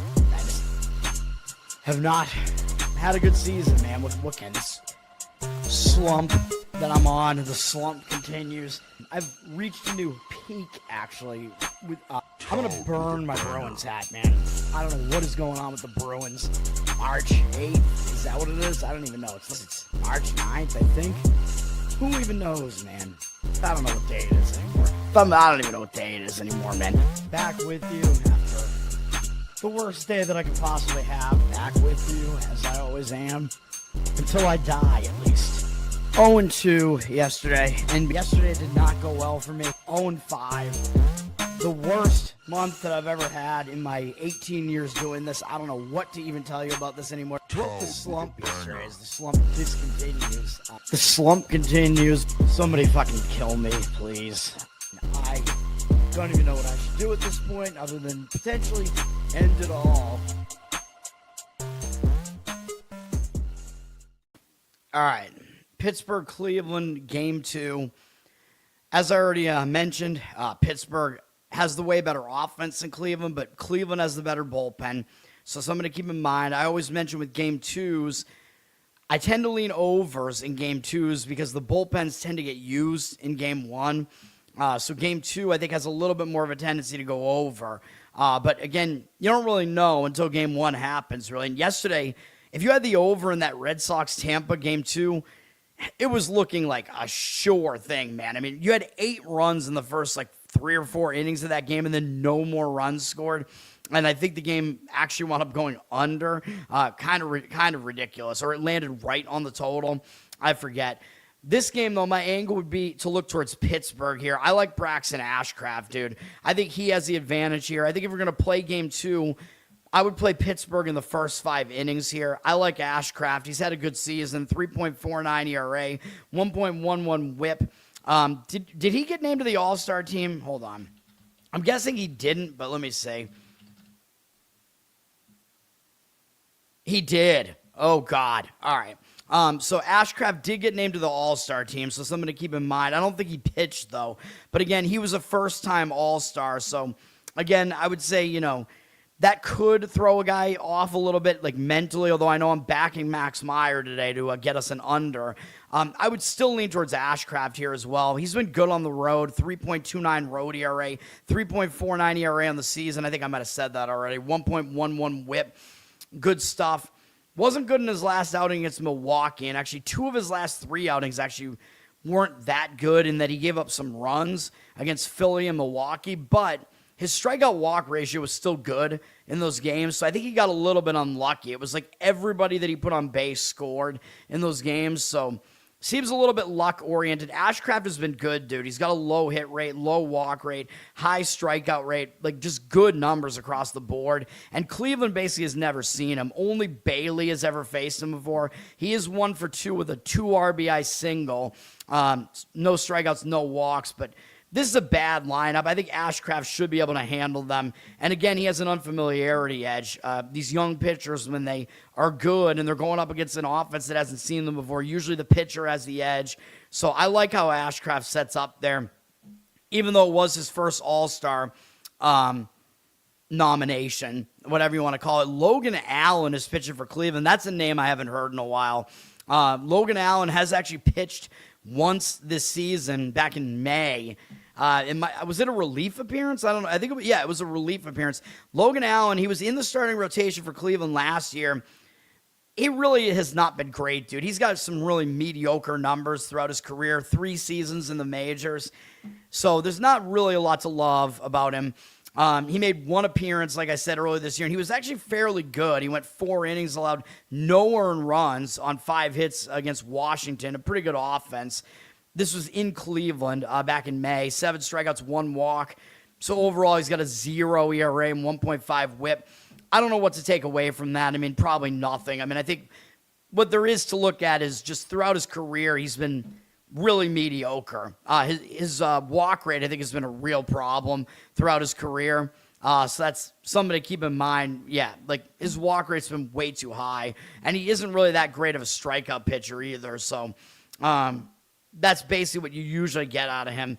Numbers against Pittsburgh, though, not too bad. They have 24 at-bats against him, 250 average, 625 OPS. So he might pitch well here because they haven't seen him in a while, and they haven't really had success against him, but I don't really see it. I think Pittsburgh first 5 is the way to play this one. You might even get them at an underdog price.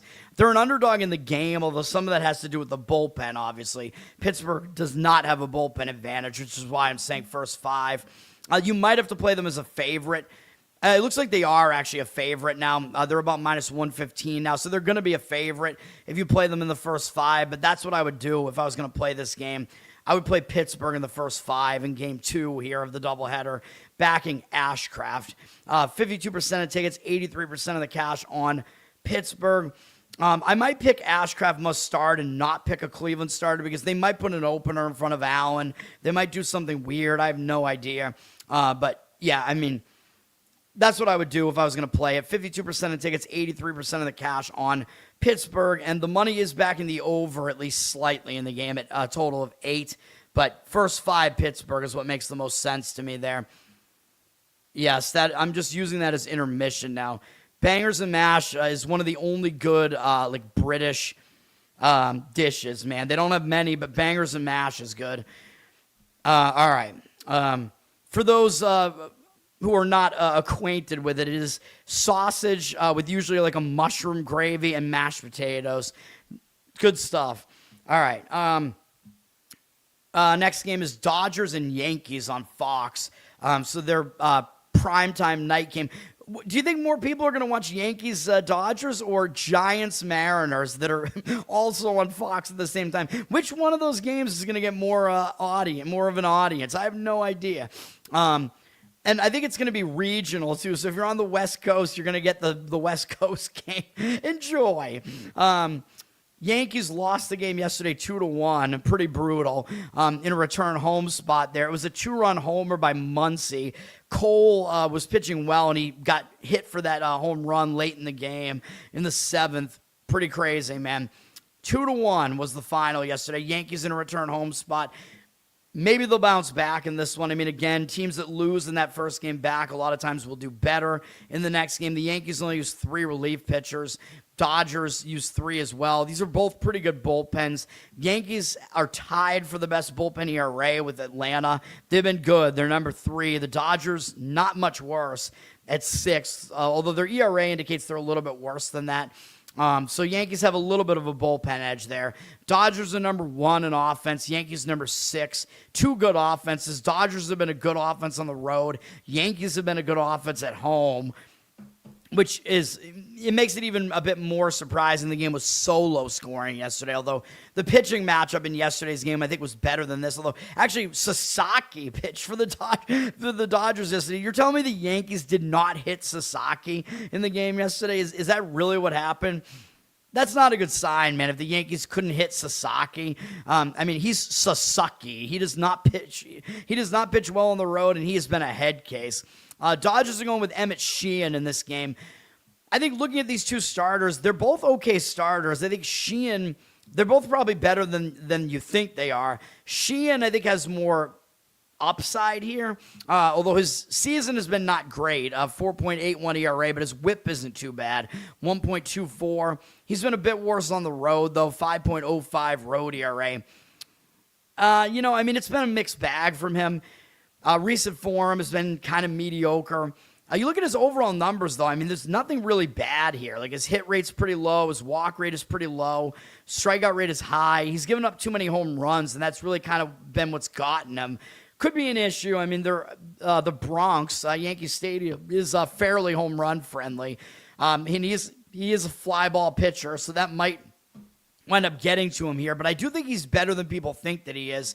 Yankees only have 1 hitter who's faced him. Of course, it is Ryan McMahon because he was on Colorado before going to the Yankees. He's 2 for 5 with a double off Sheehan with 2 strikeouts, no walks. There's not really a lot to take away from that. Sheehan will have an unfamiliarity edge here, at least against the Yankees lineup, though. They haven't really seen him, so he might have a little bit of an edge there. Ryan Weathers is pitching for the Yankees. He's been decent, 4.15 ERA, 1.24 whip. He's been a little bit better at home, 4.1 home ERA, though his opponent batting average at home is actually worse. He was decent in his last start against Washington. Pretty good, actually. Washington's a good offense, so that was pretty good. Weathers struggled in the 2 prior starts, though. He's been a little bit all over the place. Overall, decent numbers here, though. Fairly low hit rate. Walk rate is low. Strikeout rate is high, and he does not allow as many fly balls. However, he has allowed a decent amount of home runs here, though. So both pitchers have been a little bit susceptible to the home run. His numbers against the Dodgers, they have way more experience against him because he's been around for a bit. He was in the National League for a while with Miami. He's got 67 at-bats against them. His numbers are not really that good. 254 average allowed is all right. 843 OPS is not good, though. 13 strikeouts, 10 walks, also not good. So the Dodgers offense has been able to hit Weathers here. I mean, the Dodgers are a public side, though, believe it or not. You usually are not going to get the Yankees as an anti-public type of play. The Yankees are about a pick-em price here. I'm not sure I'd want to back him, though. I know it is a bounce-back spot here. I think Sheehan, like I said, he has the better upside here and the better matchup numbers here. He's unfamiliar, so the matchup stats are better. 71% of tickets, 72% of the cash on the Dodgers. I worry about them being too public here. I think I would lean Dodgers first 5, though. I mean, the Yankees probably do have a bullpen edge. Dodgers first 5 makes some sense to me there, and just focusing on a starting pitching edge. Money is backing the over 9 in the game. I mean, I could see it. I mean, I was sort of kind of making an argument, or I was kind of making an over argument for a while there. You could make the argument. I mean, both pitchers might be a little bit susceptible, and like I said, a little bit susceptible to the long ball there. Do what you want with that info, but I think Dodgers first 5 maybe makes the most sense, and, you know, the over, I guess, could be a consideration. George Costanza giving batting tips to the Yankees. He gave them those, wool uniforms or whatever, and they were just sweating in the summer out in the outfield there. I think yesterday's games were all night games, though, so it would have to be a day game for that to really be a problem. San Francisco and Seattle, I don't know what's going on with Seattle, man. I don't know how Seattle lost 7-0 with Bryce Miller on the mound yesterday. Miller has been great. I don't know what happened in that game. And I still don't think San Francisco is a good team. I still don't think their offense is good. I don't know what that was yesterday. Seattle was in a return home spot and traveling cross country, though, so I did tell you the situation favored San Francisco yesterday because they were staying on the Pacific Coast, and Seattle lost that game 7-0. But another thing that I will say on the show is that when a team loses in that return home spot, and I've said it today too, they tend to bounce back in the next game. When a team gets shut out at home, very embarrassing loss, they tend to bounce back in the next game. So Seattle has some situational advantages here. You could argue they have the better starting pitcher going, too. Seattle used 4 relief pitchers. I think they have the better bullpen as well. San Francisco only used 2, but their bullpen's been shaky this season. San Francisco's 22nd out of the bullpen. Seattle is 16th, but their numbers are really not bad. I mean, their ERA is definitely better than that, so I think they're a decent bullpen.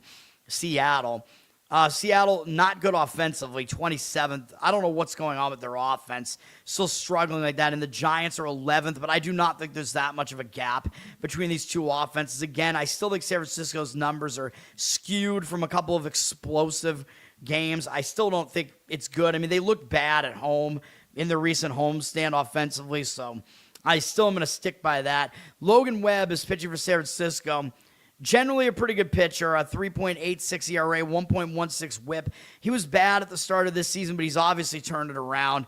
He's not quite as good on the road, a 3.99 road ERA, although this is a pitcher-friendly ballpark here. Webb's last 2 starts were not good, but what I will say about those, one of them was in Coors Field, and the other was against Toronto, and both of those teams had really good matchup numbers against him, which I pointed out on the show. For whatever reason, Colorado and Toronto's offenses both basically shell Logan Webb. So I think Webb might be able to bounce back here, even though he's not really as good on the road. This is a very pitcher-friendly environment, and he does have good numbers against Seattle. They only have 22 at-bats against him. 6 of their hitters have faced him. 227 average, 638 OPS. So he's had the upper hand against them. 6.3 strikeout walk ratio is not really that good, though. But I think Webb might bounce back and pitch better here. Seattle is going with Brian Wu, who I think is better than his ERA makes him look. 4.23 ERA. I don't know what's going on with that. He's been good since he's been in the league. 1.07 whip is still good. He's been really good at home, 2.1 home ERA, so he pitches a lot better in the pitcher-friendly environment here at home. He's mostly been good, dude. I know he's had some shaky starts. Pretty much all of them have come on the road, though. He's been a lot better at home. He's got a low hit rate on the season, still pretty low. His walk rate is low. He doesn't really walk guys. His strikeout rate is pretty decent as well. So overall, Wu is still a good pitcher, dude. Like, his ERA should be lower than it is. Numbers against the Giants, though, are actually not really that good. In 27 at-bats, they have a 296 average against them. They haven't really hit him for power, though. 741 OPS is a little bit below that threshold there. And then I forgot to look at the command numbers. Strikeout walk ratio is 3-0 for Wu against San Francisco. By the way, ESPN's actually updated the batter versus pitcher stats to default to the current opponent. Or they actually had updated it before yesterday. I mean, which usually they don't. When you're going into a new series, usually they haven't updated. But I think it was because of the All-Star break. They got it done. What do we do with this game? I mean, it looks like it's an under, dude. I mean, I think that's the way I would look. But you're looking at a pretty low total here. And maybe you don't want to trust San Francisco's bullpen. A couple of books still have a 7 out there, juice to the under, not too heavily. So you might be able to find a 7 juice to the under at a decent price there. Money is backing the over, though. 71% of tickets, 94% of the cash on the over. But I think this game looks more like an under than anything else. Maybe you could go first 5 under, although you're at least getting on that key number of 7 on the full game, because that's the 7 is key in baseball because you got to break a tie. 3-3 tie. So all the odd numbers are key. First 5, you're going to be looking into 3.5, but that might happen in this game. I mean, this is a good starting pitching matchup, just generally. Seattle's also getting the money. 72% of tickets, 91% of the cash on them at about minus 130 something here. Now, like I said, Seattle's in a bounce back spot potentially here. Wu has the better home road splits here as well, but he does not have the better matchup numbers. So that concerns me a little. Wu is in better form right now than Webb, though. So we will see. But I think the under makes more sense than anything else. Washington at the A's. The A's, oh boy. The A's continued their losing ways, or I thought at least the break would be a little bit of a negative momentum stopper. But then again, they were returning home from a road trip. They were horrible yesterday. Washington beat them 23-4. Does that mean this should be a bounce back spot for the A's? I think it should be. I mean, you lose 23-4 at home in a return home spot. It's got to be a bounce back spot. I mean, I've been saying this all show. I mean, those both set up to be a bounce back spot. Embarrassing loss at home, plus a return home spot where it was a really bad game. The A's have got to turn this thing around, man. They've lost whatever this is now. I think 14 of their last 15 games, and they're on like a 10-game losing streak. I mean, this is ridiculous. They got to turn this thing around. They might be able to do it here. I think they do have a starting pitching edge in the game at the very least. Their bullpen has been awful, though. As I pointed out earlier in the show, this is not a good bullpen. They used 4 guys yesterday. Washington's bullpen, not that much better, although they only used 1 guy out of the bullpen. Washington is 26th in bullpen. Their bullpen ERA is one of the 4 that's above 5, but the A's are also 1, and they have the highest bullpen ERA in baseball. They're at 27th in whip. They are a really bad bullpen. Both bullpens are obviously fadeable. Washington's been a really good offense this year. They're number 3. The A's are a pretty good offense, but they've fallen to 15th in the offensive rankings here based on OPS. But they're still a capable offense for sure. And this is a offensive pitching environment. This is an offensive environment, I should say. Washington's going with Zach Littell. Now, I would be aware that they put an opener in front of Zach Littell a lot. So if you're going to play this game, you might not want to specify Washington's starting pitcher. I would specify Ginn starting for the A's, though, because he's going to be a decent part of this handicap. Littell is probably going to pitch here. It's just that they might put an opener in front of him, and he's actually been better with an opener in front of him, but I still don't think he's a good pitcher. His overall numbers are not horrible. He's pitched better recently. He's got a 4.9 ERA, 1.31 whip. He's actually been better on the road, 4.15 road ERA, but I would worry a little bit about him in this environment, although he's coming off a decent outing against the Yankees. He pitched well against Pittsburgh at the start before that, so he's pitching well against some good offenses recently, so he's not in bad form right now. He's got a somewhat high hit rate here. His walk rate is actually low. He doesn't walk guys. He doesn't strike anybody out, though. He pitches to contact. He doesn't fool anybody. And his main issue is home runs, and you know that's not a good thing when you're pitching in the A's very home run conducive stadium. Littell, I think, might have the highest home run rate in baseball, and he's an extreme fly ball pitcher, so that is not good. So I don't think he's really going to do that well here. The A's have a very limited sample size against him, 12 at-bats, but what they have done against him is good for them. 417 average, 1,045 OPS, 2-to-1 strikeout walk ratio. Only 3 of their guys have seen him, but Littell is not a mystery. You know, he just throws pitches over the plate and he gets hit. That's pretty much what he does, so I don't think you really need to be familiar with him to know what you're going to see. JT Ginn is pitching for the A's. He's been not bad. 3.67 ERA, 1.25 whip. He's actually only slightly worse at home, 3.75 home ERA. His home opponent batting average is a lot worse than it is on the road. He was really bad in his last outing at the White Sox. But Ginn, I mean, he's overall not too bad, and he actually pitches. The style that he pitches actually is not that bad for this stadium. His overall numbers, he's got a low hit rate. His walk rate is too high, though. He's got to get the walks under control, man. That walk rate, that's going to hurt you regardless of what stadium you're in. His strikeout rate is not really that high, but he is more of a ground ball pitcher. His fly ball rate is not that extreme. So he doesn't allow that many home runs. So he actually is reasonably suited to pitch in a stadium like this. And Washington basically hasn't seen him. Only Meade has ever faced him. The honey alcohol, Curtis Meade, 0 for 1 with a strikeout against Ginn. I think I would lean to the A's here in the first 5. Obviously, there's no way you could back their bullpen, but they could be in a bounce back spot, and I think I would back Ginn over Littell here. I think you're getting the better matchup here, backing Ginn. The money seems to agree with this. 58% of tickets on Washington. I mean, the public, no one is going to want the A's, and they're favored. Who's going to play the A's as a favorite when they've lost so many games recently? They've fallen off a cliff, and Washington actually has a decent record. Nobody is going to back the A's as a favorite here. 58% of tickets on Washington, 93% of the cash on the A's. Total is getting money towards the under, actually, believe it or not. It's a public over with less than the money on it. Total's 11. I mean, I could see the arguments. I could see more arguments for an over than an under. I mean, these are bad bullpens. You have at least one pretty shaky starting pitcher here. So I think an over makes more sense than an under. But again, if I was going to play this game, A's first 5 would be the way I would play it. And you're probably looking at, I know the price is going to be a bit higher on the A's in the first 5 because you're taking the bullpen out, but you're probably looking at about minus 130 something, I would guess. That is what I would do. And then Detroit and Anaheim. Anaheim returned home yesterday, and they lost 2-1. What else is new? It was a close game. I was correct about the first 5 under in that game. That was one of my leans. And I leaned to Detroit in that game, too, and I was right about that, too, although it was a close one. Detroit, they used only one guy out of the bullpen yesterday. It was Montero, who is a long relief man. So their bullpen is pretty well rested here. Anaheim, not so much. They used 4 guys, and their bullpen is not good. Anaheim is 24th in bullpen. Detroit is 15th. Detroit definitely has a bullpen edge here, and they're more rested. Offensively, Detroit actually, I think, is above the above the Angels right now, too. 19th, yep. And Anaheim is 23rd.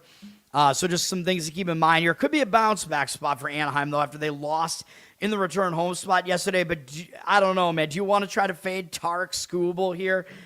I don't think I'd want to do that. I know the thing with Skubal has been, Skubal is not really as good anymore because he was injured, whatever.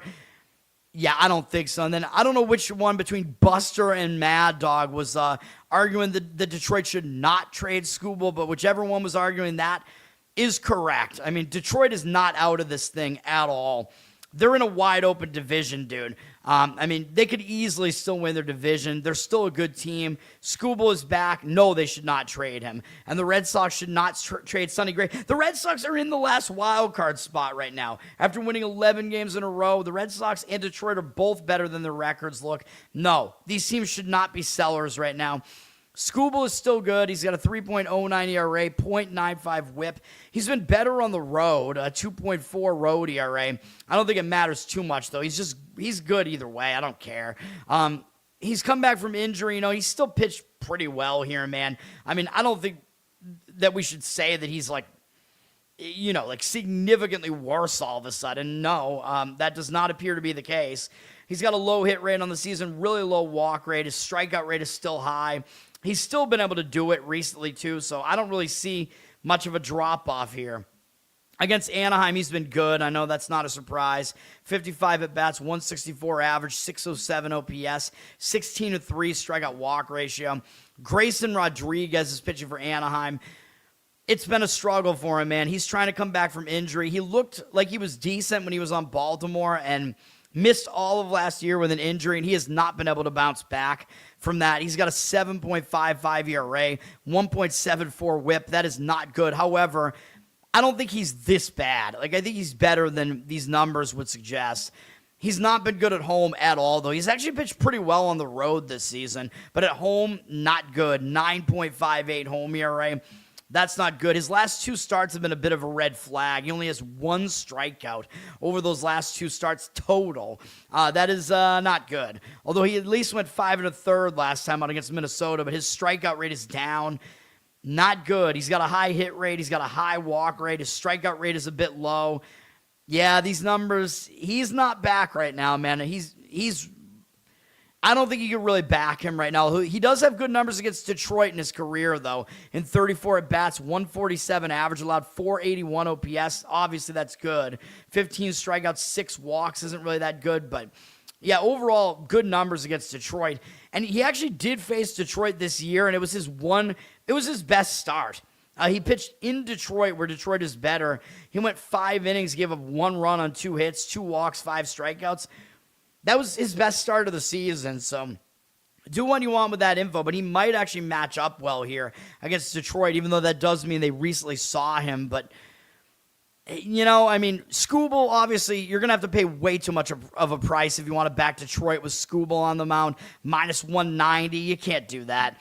And the public is all over it. 95% of the tickets, 91% of the cash on Detroit, so the money is fading Detroit. The money is backing the over pretty strongly here at over 8. I don't know, man. The way the money's looking, I don't know. I guess you could take a shot with Anaheim in the first 5. There's no way I would do it, though. You're still at a disadvantage, even if you think maybe G-Rod has a decent matchup here and maybe he can somehow hang in this game. I still wouldn't do it. You could take Anaheim on the run line in the first 5. There's no way I would back their bullpen. But, you're putting money on them to be basically tied or better at the end of the first 5. Yeah, it's a difficult ask for that. So, yeah, there's no way I would do that. But I gave you my 2 baseball plays. That's baseball for the day. WNBA, there are 3 games. I will give out a play on the later of the 3 games. They're all night games. The game that's probably going to get all the attention is the CBS and Paramount Plus game that's first up at 8 p.m., New York at Indiana. So you got the 2 of the best teams in the East facing off here. Indiana, of course, with Caitlin Clark. Caitlin Clark was excellent in the last game, and it was not a good game for Indiana. And it was yesterday. So Indiana is on a back-to-back. So, they're in a bad rest situation here. They're playing a 3rd game in 4 days, which is pretty rare in the WNBA. All of those games are at home, so they're not having to travel. That's still not good. However, I told you I was right about the Seattle cover yesterday. I was right about 3 of the 4 sides in the WNBA yesterday and did not give any plays out, unfortunately. Indiana almost lost the game to Seattle yesterday, and Caitlin Clark had a historic performance. She was the First WNBA player to ever have 40-plus points and 10-plus assists in a single game. That's what she did yesterday. 45 points and 10 assists. Did not have that many rebounds. So that's not really what she does. Caitlin Clark, really, really good game for her yesterday. What's Indiana going to do after that? I have no idea, man. Clark maybe could be in a little bit of a personal letdown after that, but I don't see Indiana overlooking the Liberty. The problem is that Indiana's not rested because they had to play yesterday. But they could maybe focus more here on New York because, again, like I talked about yesterday, between these two games of the back-to-back, I felt that they would overlook Seattle and focus more on New York. So they didn't play well against Seattle yesterday, and a lot of times when a big favorite almost loses, like Indiana yesterday, they come out with a better effort in the next game. So they might do that, but again, I got my issues with it because they're very unrested here. And the Liberty, they have an extra rest component to this because they had a game postponed. I mean, what is the deal with that? Dude, I think the league is rigged against Caitlin Clark, dude. Why the fuck was the Liberty game on Thursday postponed? What is that? At Dallas? What the fuck was going on? Why was that game postponed? I honestly have no idea. It can't be weather-related, right? Because you're playing in an arena, indoors. I have no idea what that was. But the Liberty haven't played since last Sunday. So the Liberty have a massive rest advantage here. And they're coming off 3 straight losses, too, by the way. And one of those, the last game they played was a loss against Toronto. And I gave out a winner on that on the show, by the way. Toronto covered and won outright. So the Liberty are in a bounce-back spot. And they've had extra rest. And they've lost 5 of their last 6 games, 7 of their last 9. And one of the best things when you're playing badly, one of the best things is to just go into a break and you can fix things and it can disrupt your losing momentum. So there's a lot of positive for New York here, man. And I know this one is not the one that made the cut for me, but I like New York in this one. That's the way I would play this. They just have too much of a rest advantage, but you're going to pay for it. If you're going to play New York, you're going to have to lay points with them as a favorite here. And part of it is because of the rest. They have a huge rest advantage, but the situation, I think, is very positive for them, even though it's still sort of a bounce-back spot for Indiana here. This is a huge bounce-back spot for the Liberty here. And again, the reason why they lost to Toronto, it was a bad spot. The Liberty were in a back-to-back in that game, actually, and having to travel. And they just played a huge game against Minnesota, close the game before that. And they had a revenge game against Dallas that was supposed to happen after that. So you can explain why they didn't win against Toronto. So yeah, if I was going to play this game, I would play the Liberty. They're getting the money. They're a 2.5-point favorite. It's pretty likely if they win, they're probably going to cover that, even though I think the line is a little bit too high. 50% of tickets, 76% of the cash on the Liberty. The Liberty are probably the better team out of these two teams. The odds makers are telling you that. I don't think it's normally enough to justify them being a 2.5-point favorite here. So obviously the huge rest edge is definitely being factored into that line. But yeah, I would still only play the Liberty in that one. It's a high total, by the way, and a public over, but some money coming in on the over as well. In fact, the total is shot up 5 points, and that's the way Indiana plays, man. If Indiana's going to control the pace at home with Caitlin Clark in the lineup, Indiana plays fast with Caitlin Clark in the lineup. So they play a lot of high-scoring games with Clark playing. Tardable, yes, in that Seinfeld episode. The WNBA is a league. Dude, somebody explained to me why. Yeah, I think they're against Caitlin Clark. Somebody explained to me why that game was postponed for the Liberty in their last game. I seriously have no idea. And they'd already have a rest edge anyway, even if they played. That game was on Thursday, so they'd still have 1 day extra of rest. So it's ridiculous, dude. By the way, the Liberty, they're starting a road trip here, too. Oh, no, they're not. They're in the middle of a road trip. My mistake. But, yeah, I mean, that's still not really a bad situation. Portland at Minnesota. Minnesota's a huge favorite, obviously. They're way better than Portland. I know Portland has looked okay. Their record isn't that bad, but I don't think they're as good as their record looks. Portland, I think they got a decent offense. They're not very good defensively. Minnesota is like an elite defensive team. They're very, very good. And they've done what they've done this season without their best player. Collier is still not back. And right now it looks like she's scheduled to come back in their next game. I don't know when that's going to happen, but obviously I wouldn't rush her back in this game because you're probably going to win anyway. Minnesota is staying at home here. Not a bad spot for them. They're on a 4-game win streak. They have had some easy games, some lesser opponents recently, let's say, but this is another lesser opponent.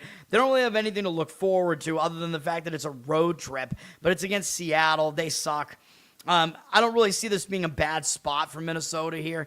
But you're going to lay too much of a price probably with Minnesota whenever you're going to play Minnesota. Portland's coming off a big win over Washington, which might actually put them in a little bit of more of a letdown.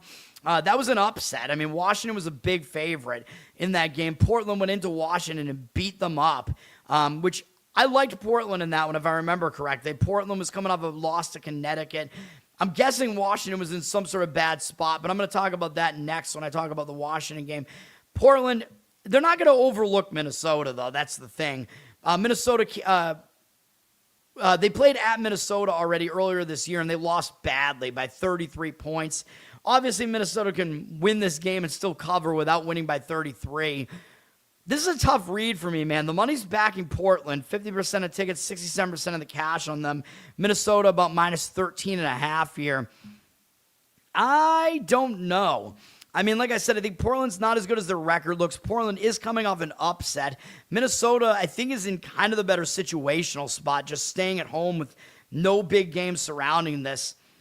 I don't know. I might lean a little bit more towards laying the points with Minnesota there, but that game is the game that I have the least opinion on. I just don't have much on it. The next game will be my play, Washington at Golden State here.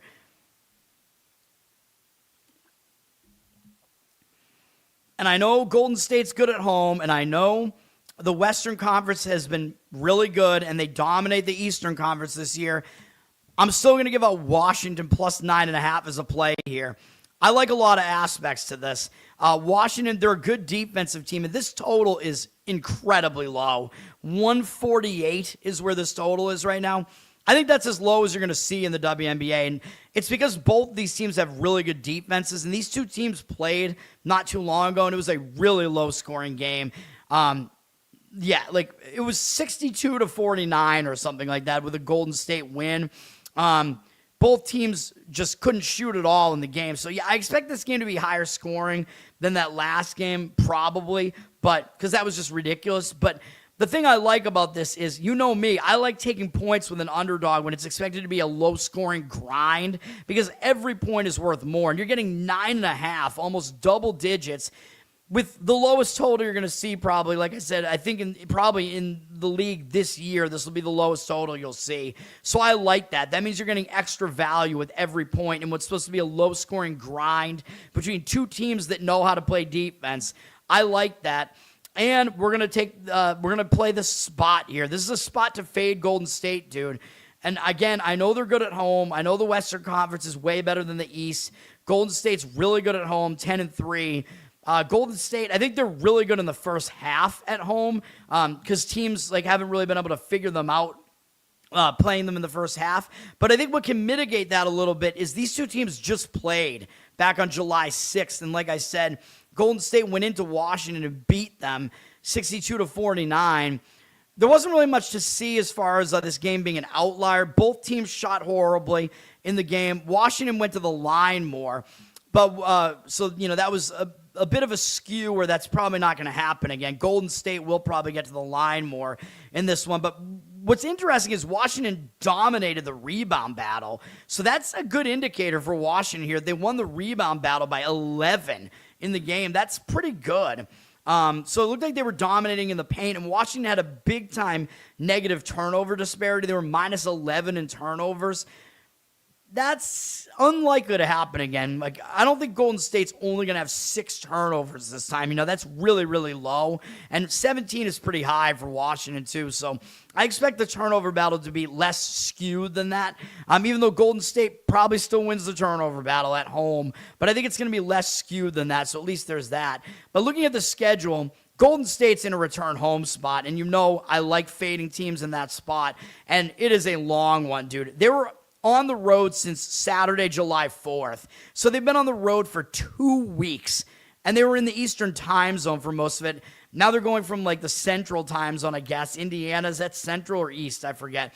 All the way back home. And although it's not a late game, it's 8:30 p.m., so at least there's that, so that'll mitigate that a little bit. But that's good for us, too, because Washington is having to also travel to the West.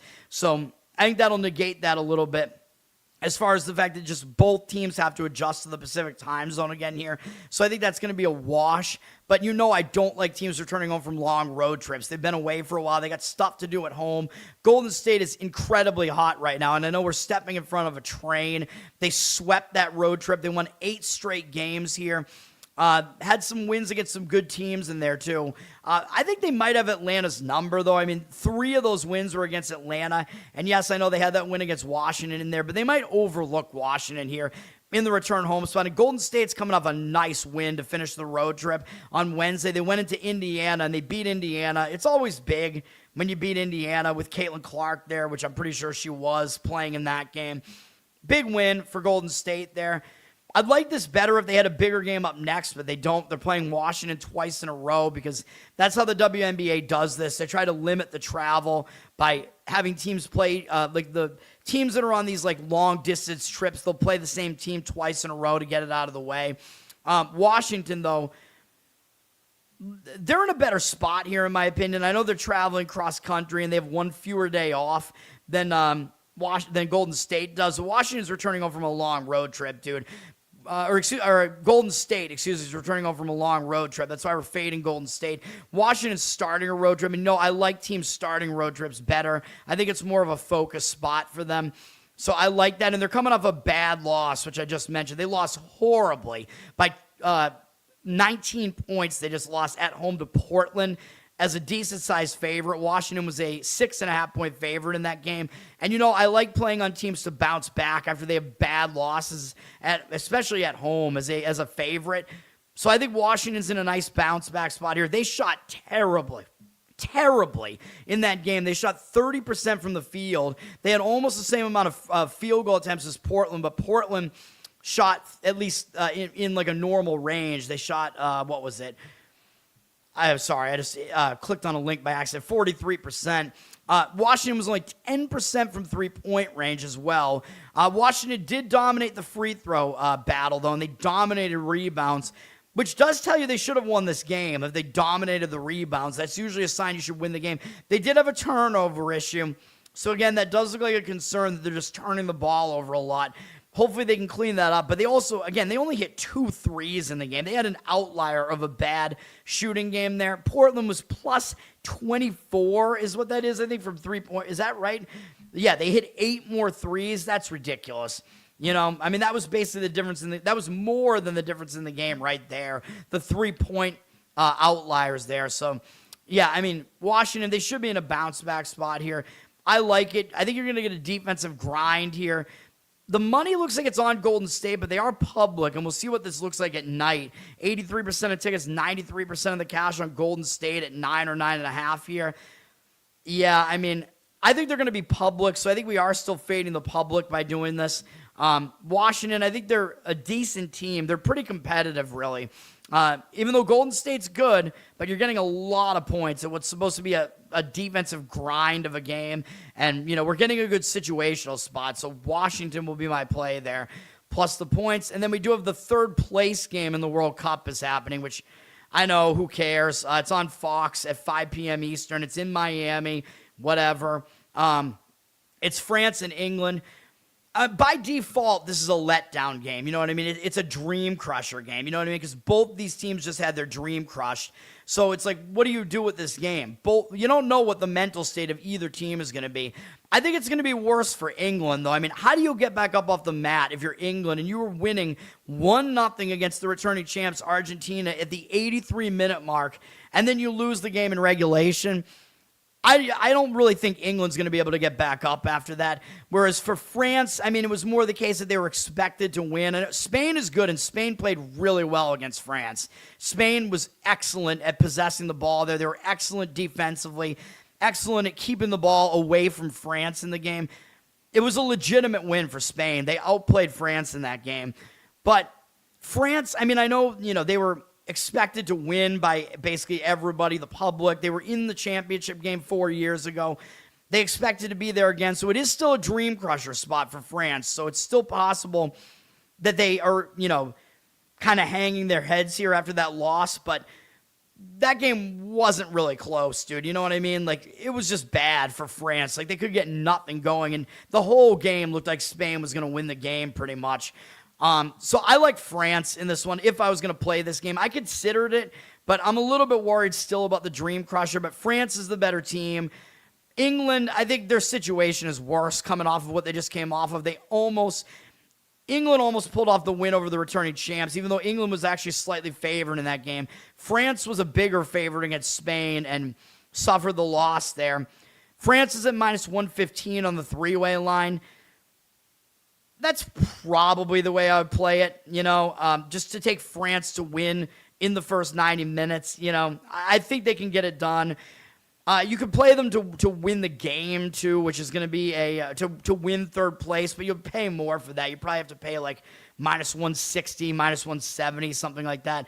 I think this is a nice price, though, at minus 115 for a team like France that they've won most of their games in regulation. They certainly are capable of doing that if they try.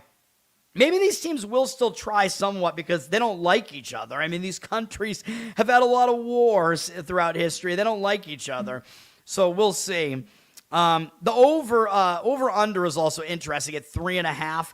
The odds makers are telling you they're expecting goals in this game, which makes sense because if you think about it, it's a third place game. It's kind of meaningless. You know what I mean? It's like, it's a participation trophy type of deal. You know what I mean? So I don't really think these teams are going to play intense defense here. So the over makes sense, but I thought you might still get a 2.5 on this, maybe juice to the over. It looks like you're not getting that. You're getting the 3.5. That's pretty difficult to ask for 4 goals in the first 90 minutes, even though I think it will be higher scoring. I think if you're going to play on this game to be higher scoring, I think what you should look for is both teams to score. But, I mean, that's probably going to be a public play, but I think that would be the way to look at it. I think both teams probably do at least score 1 in the first 90 minutes here. Although I know that's going to make France's job more difficult to win on that three-way line there. But, yeah, I think both teams to score might be a way to look. You're probably paying a price for that, too, though. You're probably going to be paying at least minus 180 for the both teams to score. So that gets a little bit dicey, too, So there aren't really that many great ways to attack this game. I still think the best way to attack this is to just play France on the three-way line, though. Play against England in what I think is the worst of the 2 letdown spots. That's what I would do. That's going to do it, and then we'll talk tomorrow about the actual World Cup final, which I'm pissed about, and you know me. I am rooting against Argentina.